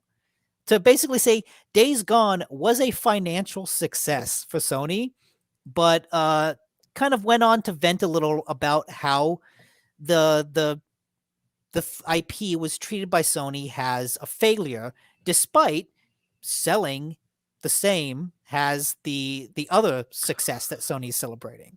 And so basically venting a little bit about Sony going, hey, look at Ghost of Tsushima, it's doing so well, was his game that he had worked on did the same, and Sony kind of is trying to shove it down and forget about it.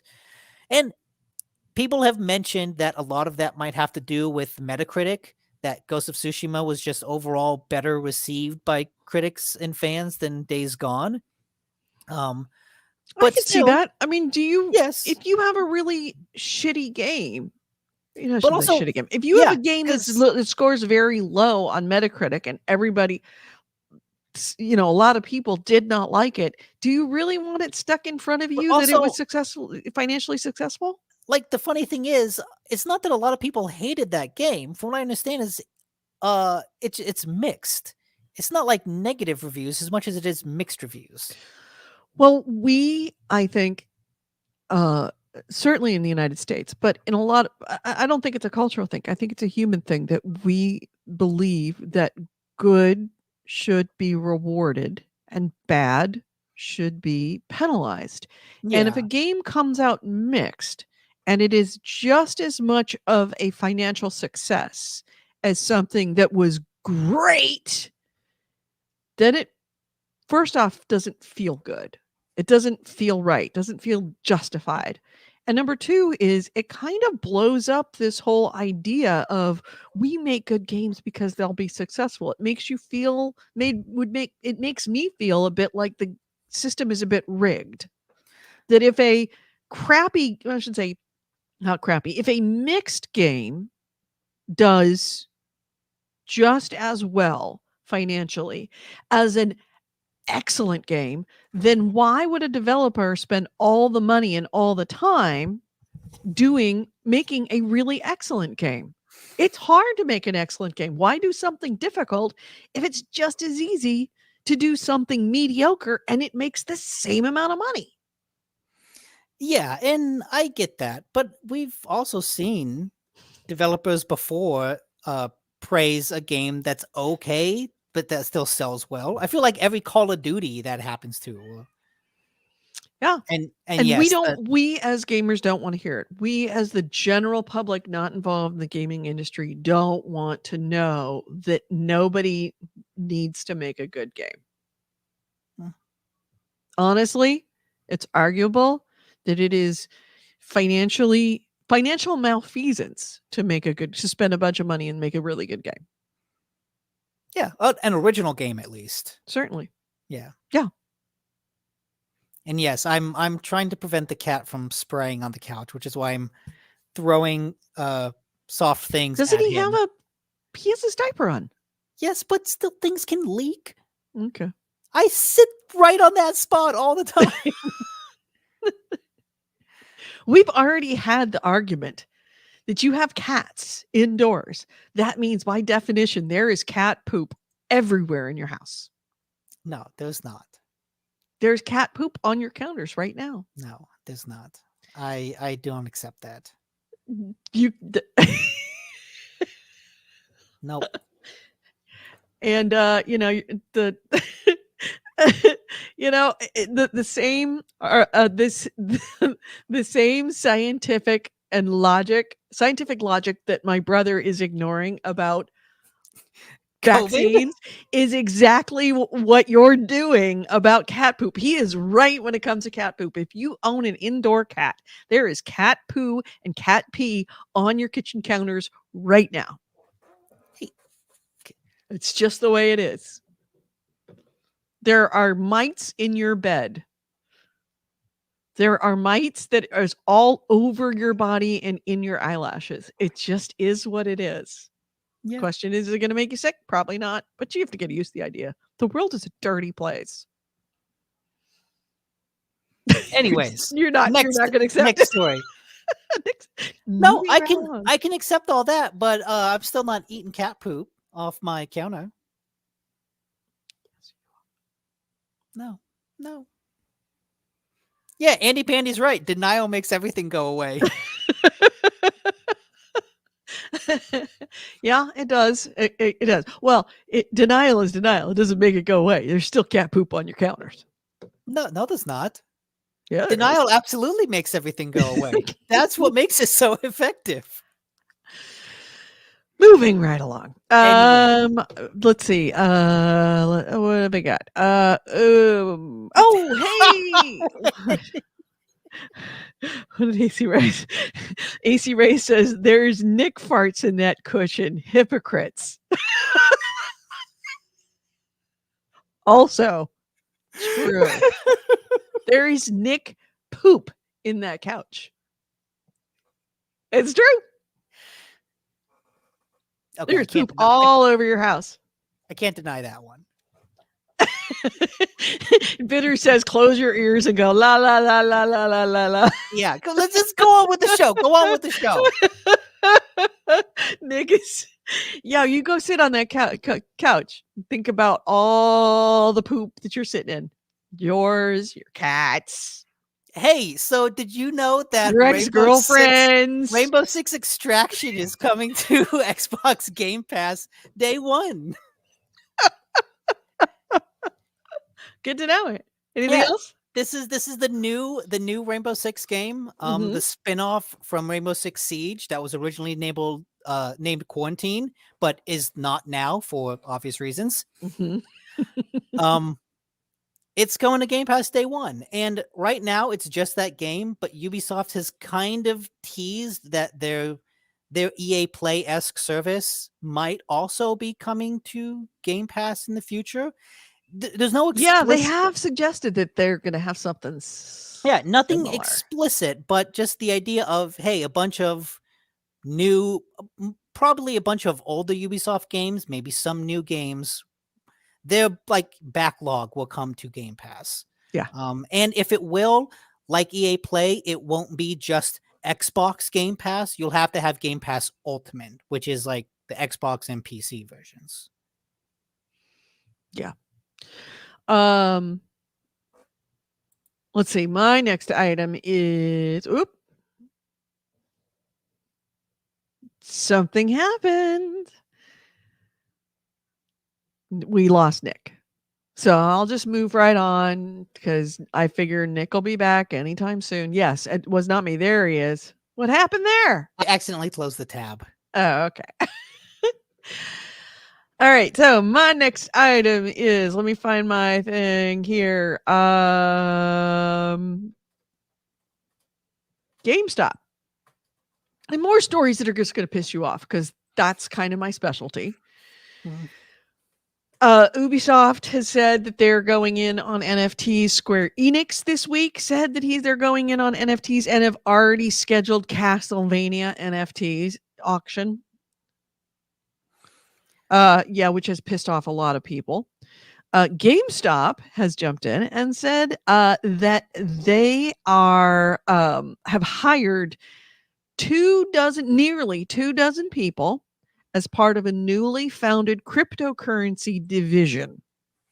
The unit is reportedly building an online marketplace for buying, selling, and trading NFTs of in-game items like cosmetics. Okay, this does not make me as angry as those other versions because I can at least see where they're coming from with this. Right. They're going to be the marketplace for this stuff. With all those other things, like we've said before, the blockchain and the NFT aspects of it aren't actually doing anything to make those services unique.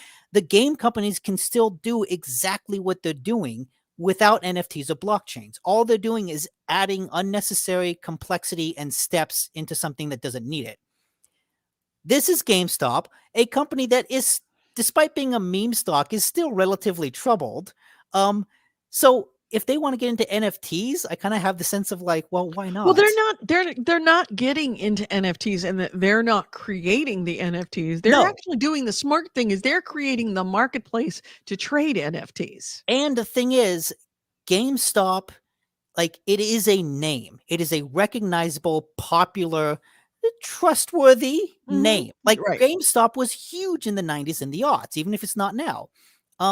So to have a GameStop NFT marketplace, I think would actually go a long way in mainstreaming that idea. And he is.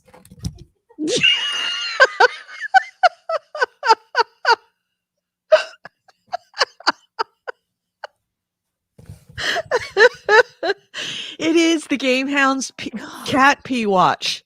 We're just watching the cat peeing on the couch. Or He didn't get anything. I checked. It's all dry, but that spot for some reason. Anyways, he's staring at you while he does it. He's like, I'm gonna do it. I'm gonna do it. He is. You can't stop all of it. Anyways, everybody now from now on is gonna not be watching me. It's gonna be watching you and looking over your shoulder, waiting for that cat to come back to pee on that. I mean, spot. what's thankfully, like, I can see myself on the screen, so I can see exactly when he's back there. Okay. And he's not. He's over that way by the window. Right now. He's watching you, though. He's waiting for his moment. No, he's watching Shepard. He's watching the other cat. Anyways, that's what he wants you to think. Enough about the cats. Enough about the cat excrements of varying consistencies. Back to GameStop. Like I was saying, attaching GameStop's name to an NFT marketplace would go a long way to mainstreaming that idea. Because right now, if I actually wanted to get into NFTs, I don't really know where to start. Where do I go to buy an NFT? Where do I go to see an NFT? What do I do with an NFT after I've bought it? I don't know.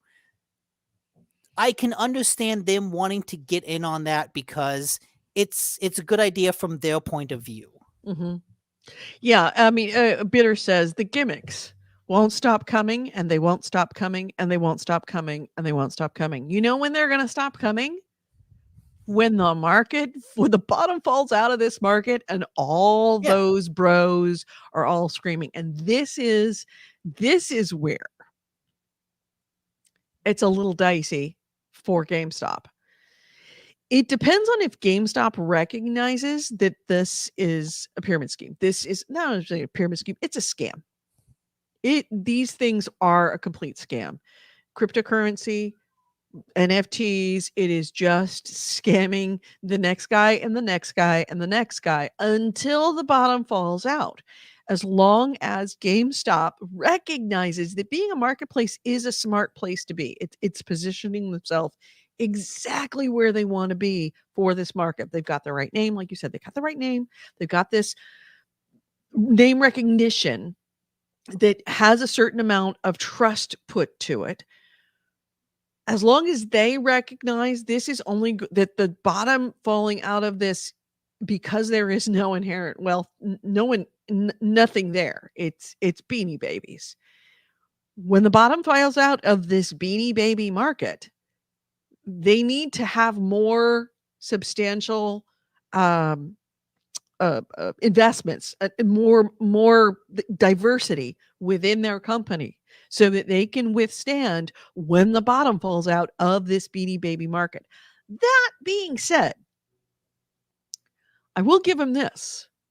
There are people still today who truly believe that their Beanie Babies are a gold mine. As much as they can go onto eBay and they can look and they can see that those Beanie Babies are between 50 cents and $5. Those Beanie Babies that they spent their retirement funds and their kids' college funds and everything else, they still believe in their heads that their Beanie Babies are worth something and are still trying to sell them for tens of thousands of dollars.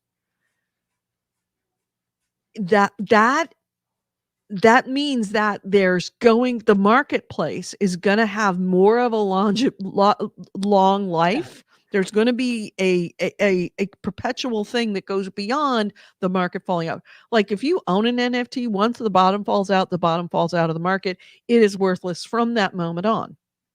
The marketplace itself is still going to try have all those people that truly believe that their NFT isn't worthless. There's going to be people listing on eBay even if there's no one buying. Right. Exactly. That's And they actually, still have people on trying to sell Beanie Babies for $1,200. It's not going to happen. that reminds me of a quick tweet I saw of someone talking about the NFTs that Ubisoft did for Ghost Recon. Apparently, there's a ton up to sell. No one's buying them. Mm-mm. Even NFT bros don't give a shit about Ubisoft's NFTs. No. Fun fact about Beanie Babies. So we have a cannabis club down the road from me called 7 Stars. Great company. Nice guys. They do the right thing. They're very civic minded. They had a Toys for Tots drive for over Christmas. Somebody donated 600 Beanie Babies. Somebody essentially Wow. took their Beanie Baby collection that was probably cost them who knows how much. It was anonymous. They have no idea who did it. But somebody dumped on them 600 Beanie Babies for Toys for Tots because they're worthless. And it was somebody, you could just know, somebody coming to that conclusion of like 600 Beanie Babies are like worth $500. I'd rather just donate them to charity and give somebody, recognizing that because like I've spent $150,000 and it's worth 600 now. I mean, at least like didn't the Beanie Babies generally like $10? So that's at least $6,000. No, Beanie Babies are, you can get them for $1. No, I mean like originally back. Originally, yes. not I the think hot what was ones, what was just what was the manufacturer suggested retail price on a Beanie Baby back then? I don't know. I assume it's got to be like $10-15. What? Let's find out. How much? So Where is it? that's we'll honestly take that off there. honestly like a really good Toys for Tots gift. Yeah. Yeah, and I'm sure kids love their Beanie Babies, and Beanie parents. Beanie Babies are great, like little plushies. Like Yeah. honestly, they're still cute. Beanie They're just not worth Babies $100 a pop. original price. Yeah. Case in point. I have to share this. Share screen on Chrome tab. Yeah. People are still trying to sell Beanie Babies for $50,000. Oh my god. Yeah, these are people. These are the Wait. watch this screen. These are going to be just change this picture right here, cuz in about 5 or 6 years that's going to be an NFT. No, click on the one on the right, the turkey. The turkey. Yeah, ultra rare, the turkey Beanie Baby. I've seen that one at home. I think my brother had that one. Yeah. Oh, it has tag errors. Oh, is that it? Yeah. Oh god, that's these are people even less that are absolutely delusional. Absolutely delusional. And that delusion will maintain. They were $9. They were less than $5 each, which is about $9 by today's standards. Okay. So they spent $5 each on how much was it? 600 Beanie Babies? And even if they, at the minimum, that was what but chances are not the case. Yeah. So the marketplace is going to have more longevity than the actual NFTs themselves, but as long as GameStop, because once the bottom drops out of the NFTs, where marketplaces make their money is in the commission on the sales price. As long as they don't put all their eggs in that basket, because chances are it's probably going to make a fair amount of cash. Yeah. Early on, until the bottom falls out of the market, then they're not going to be selling a lot. And as long as they've got other things to diversify themselves, they can weather the whole marketplace going tits up. The only downside to this is I feel like if GameStop creates their NFT marketplace, that really incentivizes game companies to create MFTs and then partner with GameStop for various things, right? Mhm. Like, oh, Ubisoft's next NFT will be available on the GameStop marketplace. Or like if you buy it from GameStop, you get an NFT from their marketplace or something like that.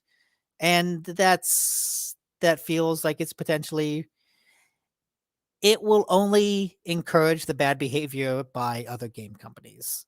Um, so I can see where GameStop is coming from with this. I think it's probably a good business move from them at this time, but it's not going to make the world a better place. It's not going to make cryptocurrency and NFTs in the game industry any less toxic than they are now.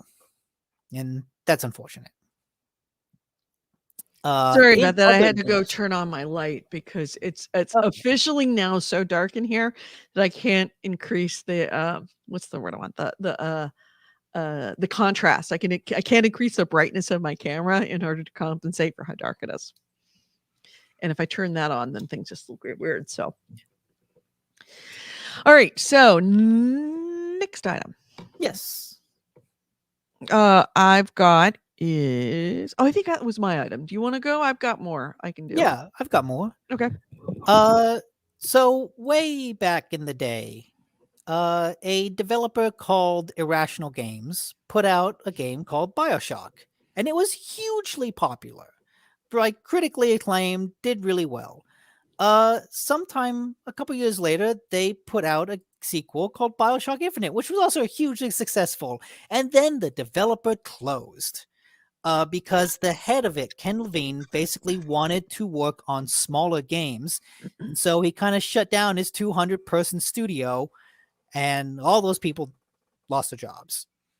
Since then, we've heard nothing from Ken Levine's new He hasn't studio put out a new game in God, what, 15 since years? since BioShock Infinite. Since let's see, does this article say since 2014? 2014. That would be 8 years. 8 years Yeah. ago. So this is coming from Jason Schreier on Bloomberg. He's basically saying that a lot of it kind of comes down to Levine's managerial style, and that he Mercurial to be to put a mercurial, word on and it. also he shut down his big studio because he wanted to work on smaller games. But from what a lot of people inside there have told Jason is that he still wants to make big AAA games. Right. So a lot of the ideas that he has to work on, a lot of the people pushing back are saying that's just not feasible with the size that we have now. You can't do it. Right. So yeah, it's understandable that they haven't put out something because it And he's a seems bit like of, from what the article says, he's a bit of a prima donna. He does not like to be told no yes, he doesn't like to be told because he's no. Ken Levine. He'll throw out, months of other someone's work on a whim because he's changed his mind about something. And in retrospect, it feels like he's able to head the studio to put out a big budget game that did really well because he had these pressing deadlines. When those are taken off his shoulders, he becomes that quintessential auteur artist Right. that never ultimately makes something. Creative minds like that. It honestly, it reminds me a little bit of Star Wars. Hmm. It was no mystery, no secret within the industry that George Lucas had and probably still has a lot of great ideas. But it was his wife, Marsha, I want to say her name was, who was the mitigating force. She was the one that could tell George, no, that won't work. Or, George, you have to do this. George, you can't do that. No. And when they got divorced, the Star Wars universe was harmed considerably because George had no breaks. And the way that whole article read to me, it's clear to me there was at least someone within Irrational Games that was Ken Levine's Marsha. That was that person that said, Ken, you need to meet this deadline. And if you don't, there's going to be problems, whether that be the publisher, whether it be whoever. Generally speaking, it's a person that tells this person, no, you can't do that. Yeah. And we may not know who that person was. It might have been his business partner. It might have been his assistant. It might have been his second in command. It's usually an underling or a spouse that is that person that says no. And now, or sometimes it's a partner, an equal partner. But Ken Levine clearly has lost that person in his business and now is like a rudderless ship. Beautiful, brilliant ship full of great ideas with no rudder and no sails, just spinning around in a circle. Yeah. That's kind of it was so funny as I was reading it the whole time. It's like, it's George Lucas. It's George Lucas. It reminds me so much of all the stories I was hearing out of Kevin about Skywalker. To be fair, at least Lucas was able to put out 3 more movies. Right, because he did have, he had the equivalent of a publisher. He had a movie studio that he was the filmmaker. Ken Levine also has a publisher. It's just he can't seem to decide on what he wants to do. Right, but he's got enough power over the publisher that he can just keep pushing back, and the publisher isn't saying, you've got a contract. Mr. Levine, you have a contract. You need to put out a game by this date, or this contract is void, and we shut you down, or we're gone. Yeah, I really wonder how long Take-Two is willing to humor him like this. To just have what kind of seems like a black hole on their ledger. Depends on how much it's paying. It's costing them. Yeah, that's true. I mean, it is, from what I heard, the most his studio staffed up to was 30 people, and it may very well be fairly small. It may very well be that the Take-Two has fuck you money. Yes. Take-Two has enough money to put Ken Levine, put baby in a corner, put Ken Levine in a studio, pay him, just let him spin, just as long as he's not making any games to compete against us. Yeah, I could kind of see that. Sometimes it's better just to lock it down, and clearly Ken Levine without his rudder is not going to be putting out any games anytime soon. I also remember years ago there was some article about Take-Two. This was like even before Jason Schreier left Kotaku, where he casually mentioned that Take-Two is working on another sequel to BioShock. Yeah, just not with Ken Levine, but they're still working on that IP. Well, I own the IP. I could see them doing it, but so I honestly wonder how much do people care about the new Ken Levine game? I think Ken Levine has forgotten the fact that gamers, the life cycle of a gamer, of a consumer within this industry is relatively short because it skews so young. We're talking 6 years. There is a whole generation of gamers at this point who don't even know who Ken Levine is now. Yeah. And then the people he doesn't, it's like American McGee's Alice. Who the fuck is American McGee? American McGee could walk down the street and say, hey, everybody, I'm American McGee. Everybody would be like, who the fuck is that? I feel like people were doing that when the game came out. When the game came out, I know, yes. But there's a lot of people who do not know who Ken Levine is. And if he came up and said, I'm putting out a game, people are like, and you are? And I feel like the people like us that do know are not like, oh, really? You are? It's more like, okay, well, impress us. Mm-hmm. Like the name itself doesn't have the cachet because it's been so long. It's been so long. What have you been doing with your time? I hope it's something worthwhile. Mm-hmm. Absolutely. It's kind of the power of personality, and Ken has forgotten that his personality does not carry the same. He is aging like a Beanie Baby. He's not worth what they invested in him. Yeah, I feel like if you to have a name that means something, you need to constantly put out stuff. Otherwise, eventually your name just kind of fades away. Yep. Got to be in front of the camera. It's like YouTubers. If you don't put out any content, people forget who you are almost instantly. Ken Levine is second only to Peter Molyneux. And see, here's the thing about Peter Molyneux was so insane. Has anyone people will remember. Has anyone suffered like a larger fall from grace as Peter Molyneux? No, because like back in the day, his name like he made the first NFT, that fucking game. Remember the game where it was like essentially a lottery? Oh yeah, Curiosity. Yeah. But like back when Fable first came out, his name was like a genuine selling point. Like people wanted to play a Peter Molyneux game. And now it's kind of the punchline. Yeah, he is a bit of a punchline in that way. See, the Ken Levine was never even coming close to Peter Molyneux. Mm-hmm. Yeah. So anyway, next item. I guess that would be me. So we've already talked about that. Already talked about that. So then all I got is something very interesting. Valve has revealed its highest earning games of the year on Steam. This is the 6th time that they've done it annually. And it splits the top 100 games into a few categories, usually, by amount.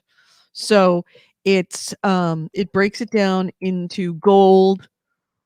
Was it platinum, gold, silver, bronze, and then just keeps going. And some very interesting breakdown. So there are several free-to-play games in that platinum category of the top 10 earners. The top 12 earners on the platform. That includes Apex Legends, PUBG, Counter-Strike Global Offensive, Dead by Daylight is on there, Destiny 2 is on there, Rainbow Six Siege is on there, Dota 2, and Grand Theft Auto 5. Okay. So yeah, there's your list. And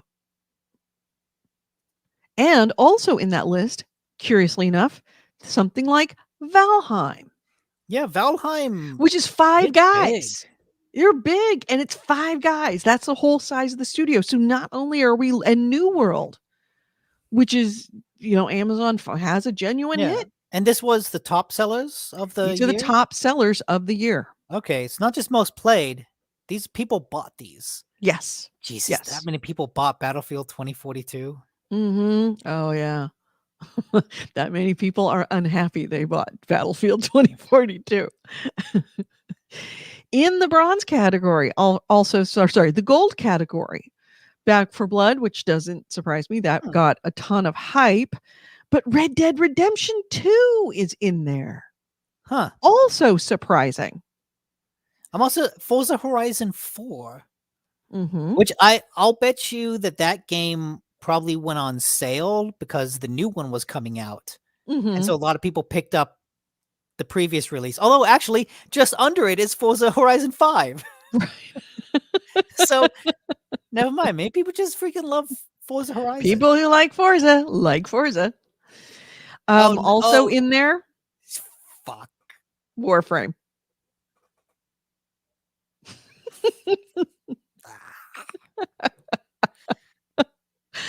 But a couple of other surprises in there was Sea of Thieves, which is kind of interesting because that is free for Game Pass. Yeah. But it's still top seller on Steam. The PC market is definitely its own thing. Right, but it's free on PC for Game Pass. Oh, you're right. Yeah. So those are people that don't have Game Pass. Yeah. A lot. Also, Elder Scrolls Online, which does not surprise me. They've been pretty good at putting out consistent amount of stuff, and there's a ton of players of them. Yeah. Silver, Sims 4, the cash grab, the ATM that is The Sims continues. Halo Infinite, which is kind of interesting because Halo Infinite was only, what, 1 month Yeah. for 2021? Path of Exile, Scourge. I'm happy to see Resident Evil Village make that Resident Evil list. Village is in that silver category. Phantasmophobia, which is it exclusively VR? No, Phasmophobia was that it's like a multiplayer ghost hunting game. Right, but I believe it is VR exclusively. No. Isn't? No. Okay. But it does have VR in it. VR capable. And, and then, Cyberpunk 2077, right? Yeah. And did that come out in 2021 or 2020? 2020. End of 2020. All right. Which I've heard that it's gotten much better. Yes. I've passed the hype. I don't know if I'm interested, but I am kind of happy to see Outriders made this list too. Like, we still have issues with the end game, but I still thoroughly enjoyed. There's a lot of hate. There is so much hate for Outriders. So much hate for Outriders. I'm the people. You and I think, are in the minority in that we liked it. It was fine. It was okay. I saw problems with the end game multiplayer. We walked away. There are a lot of people that are pissed about that end game multiplayer. I found it to be a solid campaign. If you think of it as a campaign game with a multiplayer end game that is all right, kind of like the way that I view Dragon Age games or even Mass Effect games, then it's a good game. If you're expecting multiplayer, that is not a good game. Yeah. So, and then our bronze game, Crusader Kings 3, which is great. Love that game still. They've put a lot into it. They've got a lot of changes I'm looking forward to actually getting into. Star Wars Knights of the Old Republic, or Star Wars The Old Republic, is in that bronze category. I am continually surprised at how MMOs, if you're willing to accept the player base like under WoW, you can last a pretty long time. Yes, you can. Fallout 4 is in that bronze. Tales of Arise, Neo 2, No Man's Sky. World of Warships, despite their predatory microtransactions, still going strong. Half-Life Alyx is in Zero Dawn. Yeah, Half-Life Alyx. Although I feel like Valve is probably a little disappointed that Half-Life Alyx is only in bronze. Interestingly enough, Days Gone is on this list. You know what's not on this list? Ghost of Tsushima. That's not on PC. Oh, they don't have it on PC? Okay, then never mind. Nope, not yet. It might come out, but maybe this year it'll come out. Yep, we got the Elder Scrolls Skyrim Special Edition. Skyrim still selling. The Witcher 3 still selling. Fun. Still fun, man. I would make fun of that, but it's still, I got caught in it. Still fucking fun. Especially when you mod the shit out of it. And I am not Tales of Immortal. What? I don't even know this game. Do I know it? I don't. Maybe it's a free to play game or like a early access game. No, I don't think so. Maybe, but right up there. Stardew Valley doesn't surprise me. Terraria. Wasn't that the one where the developer got locked out of his Gmail account? Yes, I think it is. Yeah, and then had to like. AC says it was in early access. Oh, it was okay.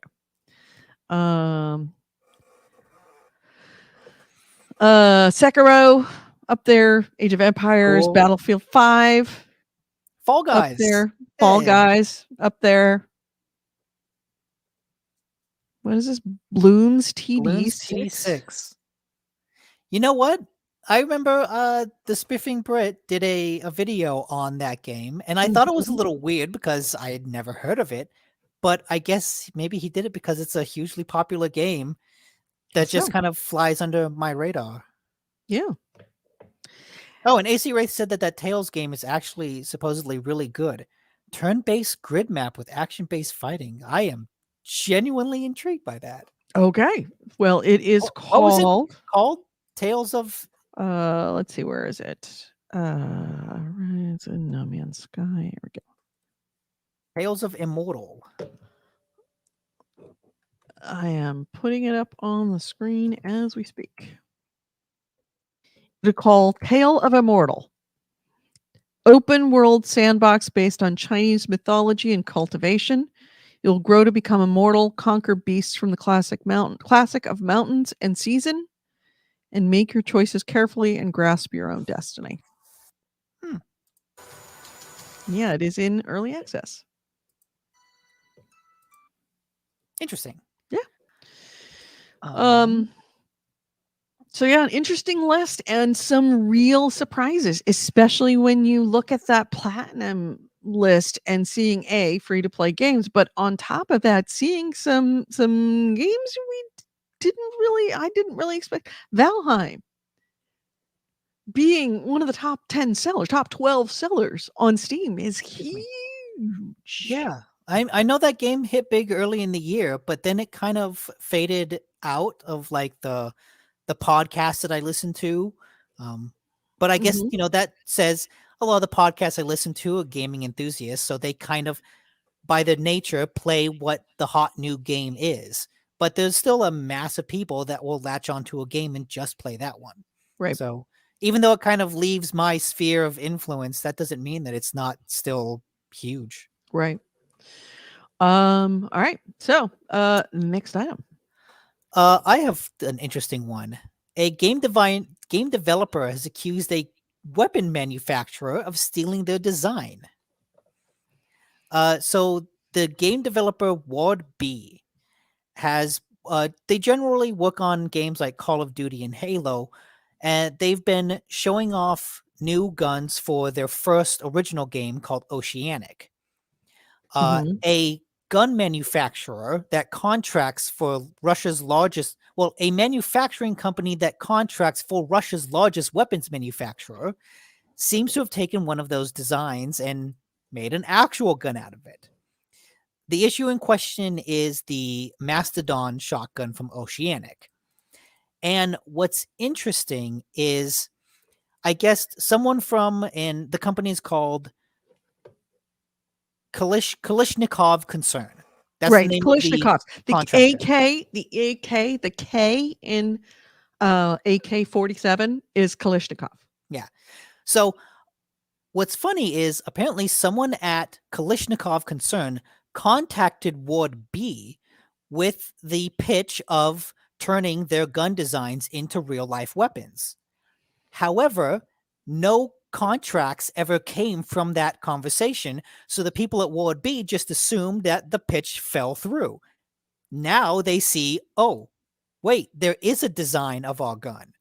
So it's less of like, hey, that looks familiar to us, you probably stole it, and more of you talked to us about like this exact thing and then disappeared, and now you have a gun that looks like our designs. Mhm. So like it's more suspicious than just, hey, this gun looks like ours. Right, they actually contacted the developer and said, "Hey, can you make we wanna make a real life gun like this?" And they said, Yeah, "No." like there was conversations about doing this exact thing and then suddenly silence. Mhm. So I don't know where it goes from there, especially when it's like a Russian contractor. I don't know what the legal repercussions of that are, but it's a strange case Yeah. because I don't think this something like this has ever happened before. I I'm really, really, really surprised that, that they would do that other than the fact that they're Kalashnikov and they've got more money than just about anybody on the planet. Kalashnikov has the kind of money that makes Amazon Like if, Well, if do they? Kalashnikov went to sleep and woke up tomorrow morning with Amazon money, they would cry. Well, does Kalishnikov Concern, the name of the company, do they actually own like the blueprint or something to the AK-47, or are they just named after it because people know the Kalishnikov gun? No, that's I believe if it is Kalashnikov, then it is the owner. It's the same like Winchester. Hmm. Kalashnikov is like the Winchester of Russia. Like all of yeah. Okay, then yeah, if they actually did own it, hmm. Oh crap, my brother's calling. Wondering if he needs to go to the hospital. You go ahead and talk about the next one. Okay. So the next story is actually probably the most beneficial story. Uh, Someone on Discord has noticed that the PlayStation logo showed up on the Connections tab. So basically, you use the Connections page to link your Discord account with other accounts. You can link Discord with Facebook. You can link it with Twitch. You can link it with Steam, with YouTube, with all sorts of other services. And they noticed that the PlayStation logo popped up in there. And this makes sense because several years ago, it feels like, maybe just a couple years ago, but PlayStation did announce that they were going to partner with Discord to do something. And we haven't really seen any fruits of that. But so far, to see something in early 2022 kind of feels like uh, the right time for that partnership to bear some kind of fruit. And so there, it makes sense that they might slowly roll it out on PC first from Discord's end rather than putting something on PlayStation. Um, but I, as someone that uses the PlayStation and Discord a lot, I'm really intrigued, and I would like to see what comes of this. Because if it means using some type of Discord service on the PlayStation console, that would be so much easier and so much better than using PlayStation's own service because, like we talked about before, a lot of their menus are really confusing. The way they did parties is now really confusing. So just having some sort of Discord voice app on the PlayStation and to maybe have that connect and to kind of interact with the Discord community through the PlayStation would be super easy. So I hope to see something come of that, something more come of that. But we won't know. We won't know for a while, actually. And let's see, what are some of the other things I've got? Uh, since there are some smaller stories here, I think it's interesting that Fortnite, there are rumors that Fortnite is going to release a no build mode. And I know like the GameHounds community isn't huge on Fortnite, and I've played it once or twice and thought it's fun, it's fine. But the building was always like a point of contention for me personally because it's just so unusual. And to see them making a no build mode, I don't know if that would be the right path or the wrong path because even though it might make the game more, let's say, inviting to someone like me who is used to just a general third person shooting, I also think the build mode is what sets Fortnite apart from most of the other battle royale games out there. Like without building things, it's just a cartoony PUBG, right? And so at that point, what is it? And AC Race was talking about Discord that you could talk with anyone on Discord, no console necessary. And yeah, that's definitely the case. I think it would be cool if I could on the PlayStation talk with someone via Discord on PC. Uh that would be nice. But yeah, as for Fortnite, I don't know if it would be the right route to take or not, but who knows? Maybe the people that play it are now just so used to doing it with building that not building is a good change of pace. Because if I've learned something from playing Warframe is that jumping into a free to play game, years and years after it's come out is really hard to do for a new person. So maybe this decision is not made for people like me. It's not made to get new people on board. It's just made to offer existing players a new mode, gravy to their meal, as opposed to trying to bribe someone like me to get on there.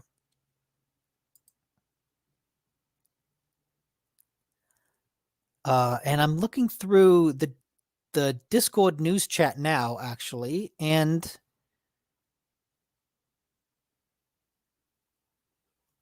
if this is true, is this looks like a Steam date? Blood Reaper, you'd put something in the Discord about Steam Deck release. And I'm wondering, did Valve announce a new date? Because it was supposed to come out December, but got delayed. But it looks like this is okay. That's just kind of a roundup article. All right. So what were you talking about? What I miss? No Steam Deck article. Fortnite might put in a no build mode. And then what else did I talk about? Oh yeah, PlayStation Discord integration seems to be coming very soon. Oh, thank God. That's yeah. I'm really case not in sure point. They what it will spent a be. lot of fucking time putting in stuff that isn't very useful, and then not put the time in and put stuff that people might actually use. No, wait, what is this? AC Wraith link to the Warframe new player experience dev workshop. Just don't, Nick, don't. It's just gonna upset you. It has almost as much poop as, your couch right now and your counters. Oh no, okay. This dev workshop aims to change some progression moments in hopes of a less intimidating new player experience. Oh, all You right. can expect various optimizations to progression in areas where the most resources demand can be found. All right. I hope that they don't consider new player experience being something that if you've played it before, because wouldn't that be a fucking kick in the teeth?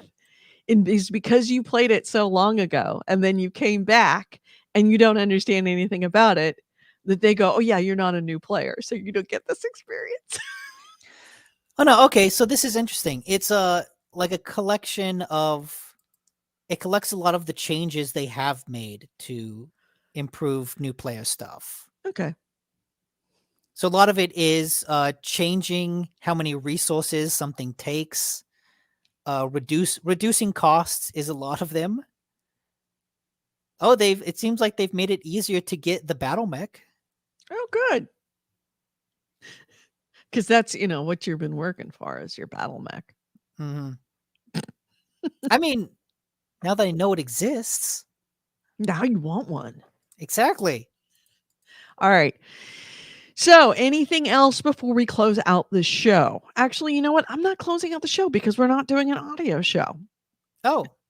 Yeah. It's not been a good Sunday for me. This is not my conversation. I just got off the phone with my brother. Also, not a good day for me. Ah. Yeah, I'm yeah. sorry. This is one of those days when if it was a game, I would be rage quitting right now. You would be throwing your controller and damaging the down D-pad button. Yeah, yeah. It is there are days when people don't know what you've gone through and how much rage you are suppressing, and they just think that everything is fine, and then you lose it and they're like, I don't know. There's days when I deserve a fucking halo. AC Wraith gives you some love in the chat. Thank you. Thank you. I deserve Yeah. a fucking halo for for dealing with the shit that I just have to deal with. It sometimes I am a saint. daycare Okay, that's teacher. that went a different Like, yeah, direction. I'm a preschool teacher today. Today is that moment of like, Billy, stop peeing on your sister. Yeah. Anyway, I got nothing to close out because we have no audio show. So I guess I will just go through what I normally go through. Thank you again for listening to GameHounds. We do this show every week, every weekend on Sunday at 2 p.m. Pacific, 5 p.m. Eastern, here on tomorrow. Next week it will be Spreaker, but normally it's just the audio show live. But we do this show live on Facebook, YouTube, and Twitch. On Facebook and Twitch, we are the Gamehounds. On YouTube, we're Gamehounds Vids. That's VIDS. If you're watching us on YouTube, talking to you, Andy Pandy, because no, you were on YouTube. I could see it. Hit the like button. Thumbs up us, please. It is my New Year's resolution to grow this show. After 14 years, I'm actually going to start taking it seriously and doing something with it. So please hit the like button, hit the thumbs up. If you are not subscribed, please do subscribe, whether it be on Facebook, on Twitch, or on YouTube. If you want to get a hold of us, it is gamehounds.net is our website. Gamehounds@gmail.com is our email. Please join us next week. We'd love to have you here. Hopefully we will have our third member. He was working late today. Andrew, he'll be back next week. Cross your fingers. If not, it will be me and Nick again. We would love to hear your feedback. Please reach out and let us know if you've got any suggestions, any ideas, anything. We're here, gamehounds@gmail.com. Thanks, Nick, for being here. Oh, also, thank you to our patrons. We are Patreon funded essentially. We don't ask for much. Buck a month is all we ask. We do 4 shows, more or less, every month. Because we do it on Sundays. So it comes out to like 25 cents a show, but that's what keeps us going here. It will also now be paying for this thing that I now have to pay for with Spreaker in order to keep us an audio show. So, yeah. If you aren't Patreoning us now, please Patreon us because I got a $20,000 bill. And I also, we have to be paying $60 a month now for our audio show. So this was unintended, but we can use everything that if you can afford it, whatever you can afford. You can find us on Patreon. It is patreon.com/gamehounds. Please, please, please join us. And of course, always you can find our Discord. It's the one thing that isn't charging us right now. Discord. There is the Discord link. Please join us in Discord. That's where Blood Reaper is regularly. Thank you so much for providing us story ideas. If you ever want to get something, you want us discussing something on the show, add it to the Discord. There is a news tips section in Discord. Nick cruises that. It's almost exclusively what he uses to do it. I actually headlines. I leave it to you. I'd leave that to you because I know that I can find stuff elsewhere. So, but yeah, if you've got something that you want us to discuss for next week's show, please leave us a tip on Discord and we will look it up and talk about it. Okay, before you go, I need AC Wraith to confirm that what Bitters Plus says is true. Is there a dog and cat that you can also get in Warframe? Bitters Plus says to get the dog and cat before you go for the jetpack. Oh, God. Is this going to bring you back? Are we going to be playing Warframe tonight? Maybe not tonight. Why not tonight? I've got better things to play. Like? Multiple dogs and cats. Well, shit. And guess what? None of them spread cat poop on your counters. No guarantee about that. So what are you going to play tonight? Oh, there's a bunch of stuff on Game Pass. I want to start Halo. I wanted to start Halo campaign the other day, but when I launched it, I realized I have to download that separately. I thought it would just auto download. Yeah, I thought that's the true. game I could would auto do some update, campaign. I've but been it playing the didn't. campaign. The campaign's not bad. I Yeah. should go back to that tonight. Maybe I'll So- play that tonight too. Yeah, want to play that. I bought a bunch of stuff on PlayStation, so I would like to play some of that. I don't think most of those games require the down D-pad button, so I should be good. Are you gonna get another are you gonna nickel and dime this and not get one? Just live with a broken down pad or down key? You're gonna get So another one. I'm going to wait because I want to see how much this is all like a big cosmic joke. Because short story. For Christmas, my brother wanted a new PlayStation 5 controller because he was able to get a console. So my Mhm. parents bought him one. They shipped it to him. And so Christmas Day, we're on the phone talking. He's like, "Hey, thanks. Why did you give me two?" And my mom said, "Wait, what? We didn't get you two." It's like, "Oh, well, I got two." So somehow there was some shipping error, something happened, and he got two controllers. So he jokingly said, "Well, hey, Nick, do you want one? Like, your birthday's coming up. Do you want one?" And I jokingly said, "Sure, I could always use an extra one." So now I'm curious to see if through no action of my own, if like I will get an extra controller has a gift from him since he got an extra controller. And so all of this is just a super cosmic coincidence that I'll get a new controller to replace the one that I broke within a week of each other. Possible? Maybe. So I'm going to wait at least a week. Okay. And Bitter says if you're really elite, you can get an alien dog. I'm not really elite. And AC Ray says they all fall under the category of companions. Okay. I mean, I might go to the wiki. What am I saying? I will go to the wiki to look up the requirements for all that to see exactly how many hoops do I It's have just to gonna jump make you through. angry. I don't know why. You're just gonna look at it and go, fuck that. It depends You're on going to. how unnecessarily complicated the hoops are. They're unnecessarily complicated. We're talking Warframe. He's looking it up right now. Okay. Oh. Companion Hound. There are currently 3 Hound models. Mm-hmm.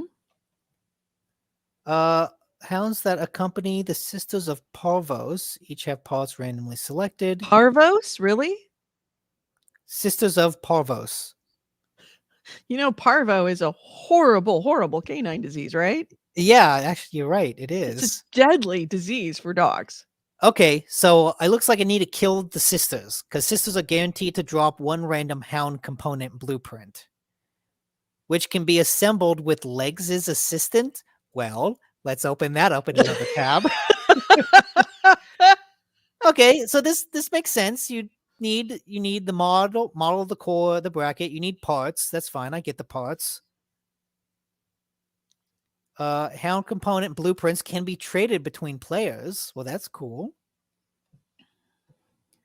Okay, so what's this? Thank you, Legs? Andy Pandy. 9:30. Is that AM or PM? I guess it's AM. Mondays for the fellow Aussies. Okay, Legs is a merchant, a Solaris merchant. Okay, tab. Where's Solaris? Okay, Solaris is on Fortuna. Fortuna, we know Fortuna. Oh, right, isn't Fortuna a group or was it a place? No, it was a place. Yeah, we went to Fortuna. We went to Fortuna. It is home to the Solaris. Okay. So now, what the fuck is Legs? So dogs are called Kubraus and cats are called Kavats. Okay.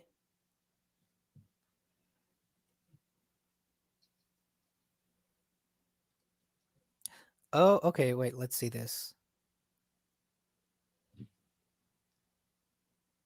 Oh, he can be found on the left side of Fortuna in an open-fronted shop. Okay.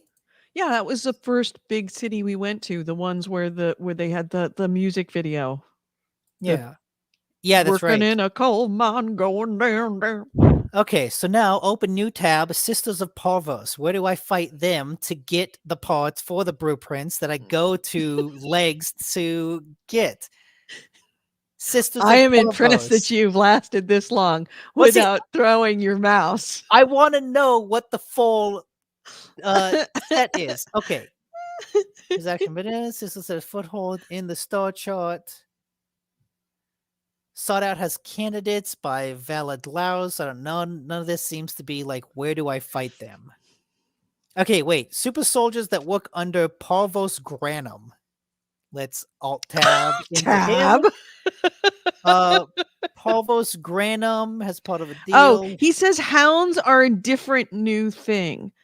He says the okay. Sisters of Parvos are the wrong track. Oh, really? You want to look at companions, which is warframe.fandom.com/wiki/category:companion. Well, I've already gone down this route. But, okay, none of this is telling me where to fight. So you're just going to keep going down this the wrong dude. route? Get angry? No, okay. So for the enemies, Sea Hound. Okay, so let me go back to companions. Robotics, beasts, beast infested, precept. No, okay. So is it beasts or beast affected? Oh no, it's beasts. Kubo and Cavit. Okay.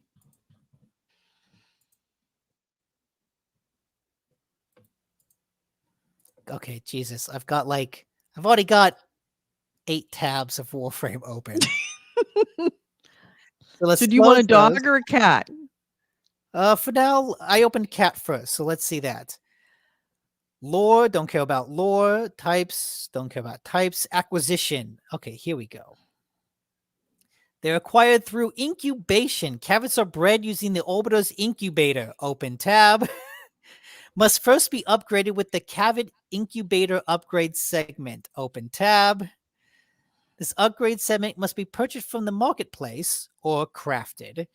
From the blueprint that must be researched or purchased in the dojo or dropped by Hayeka Masters. Tab. The blueprint assembly costs 10 Cavit genetic codes. Tab. Which are obtained by scanning feral Cavits with a codec scanner or synthesis scanner. 2 tabs. Once the player meets all the necessary requirements to begin breeding, the incubator offers a choice between random incubation or the cost of genetic code templates. Tab. Okay, that is 1, 2, 3, 4, 5, 6, 7, 8 new tabs that I should research before knowing the basics of how to go about getting a goddamn cat. Bitter says getting the cats is way easier than it sounds. No, it does not sound like it's way easier than it sounds. Nothing in Warframe is easier than it sounds. It's easy for it to be easier than it sounds because easier than it sounds very sounds very complicated. That is very true. All right. Speaking of, and Andy Pandy says, down the rabbit hole, never to return. Yep. So even though I'm down the rabbit hole. And the Cavit incubator requires a mastery rank 5 to craft? Bob Saget died. Just got notification. Did he? Yep. Oh, man. Died at his home in Florida. Anybody want to guess what from? Age 65. Saget, the most filthy man in comedy. Like, notorious filthy man. Oh, yep, I got the notice. And yet got himself a job as America's Funniest Home Videos host, where everybody in the comedy industry went, Saget? Yeah, he has passed away. If you ever want to see something, like to hear something and see something absolutely fucking over the top, hilarious, so dirty, mind blowing, look up Saget's version of telling the aristocrats Yeah. Or joke. just watch the Aristocrats documentary. Aristocrats. A documentary is hilarious. Well, it ends with Saget's telling of the Yeah. aristocrats. Beyond over the top. Oh man, that is sad though. Yeah. And as Bitter says, damn, I know. I never think of him being older than like in his 40s, but I guess he Yeah, was he in never his really looked 60s. Never older. looked at. Nope. Certainly did not. Anything else? And a malfunctioning electric heater caused an apartment fire that killed 19 people in New York City. Oh, jeez.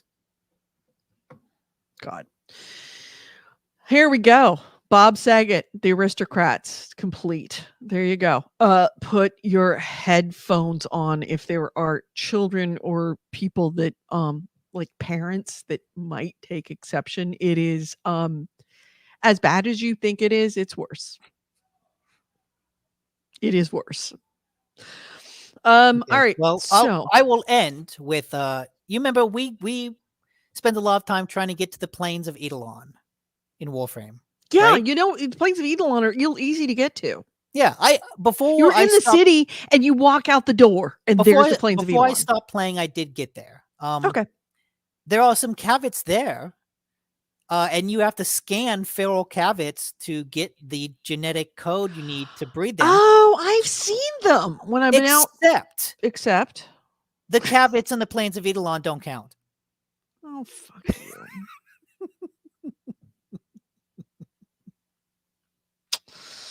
Warframe, you just never fail. You never fail. I'm looking through this Wikipedia and I see a name that I recognize. And I'm like, oh yes, oh, they don't count. Yeah, don't kill any animals on plains of Eidolon. It just makes this one guy coming over your headset feel sad. Goodbye, little one. Really? Yeah, because I guess there's a guy that's a animal like animal master. Okay. Hey, I get that. Right. But in order to become someone that can actually capture these animals for this guys, you got to go to a whole other planet and talk to some other guy and do a mission so that you can be allowed to capture the animals. So I just murder him. Whenever I see him. Whatever I see, I just murder it and let the guy just poor thing. Yeah, poor thing. But I am the fish killer. I have fished. I have Okay. fished. Maybe I should talk about this offline. Where did you get a fishing rod? Okay, in that city that's got the doors that go to Plains of Eidolon. Yeah. Okay, there is a guy there, a woman there that is the one that you turn in the fish to get the fish oil. You can actually buy a fishing spear from her, but you have to have standing within that city. So you got to go out and do a couple of missions. Okay. To get enough standing to have the right to buy the fishing spear, and then you have to take this fishing spear and you have to go out and fish. Where do you fish? A lot. Out in the plains of Eidolon. There's actually one particular area that you stand in one spot. It is between two roving bands of things that want to kill you, and you can just stand there and just fish all day, all night. As long as you don't move more than like 5 feet in other directions, you can just sit there and just pluck the fish out. But it takes a while to figure out how to pluck the fish out. Took me a bit, but I figured it out. Okay. Bitters. Easy E, the fish killer. That's me. That would be me. Yeah, bounties to get the town standing. God, getting those bounties. I could not figure out what they wanted me to do. It took me like 2 days before I got one bounty done. Because I could not figure. They don't do a lot of explanation of how to do shit. Color me shocked. All right. Anyway, thank you so much for sticking around as long as you did. Thank you so much to all of our patrons for helping fund this, because were it not for this, we would not. It would be a challenging day for the GameHounds. Have a great week, everyone. We'll talk to you next week here at 2 o'clock Pacific, 5 p.m. Eastern, Sunday here at GameHounds. See you later. Bye.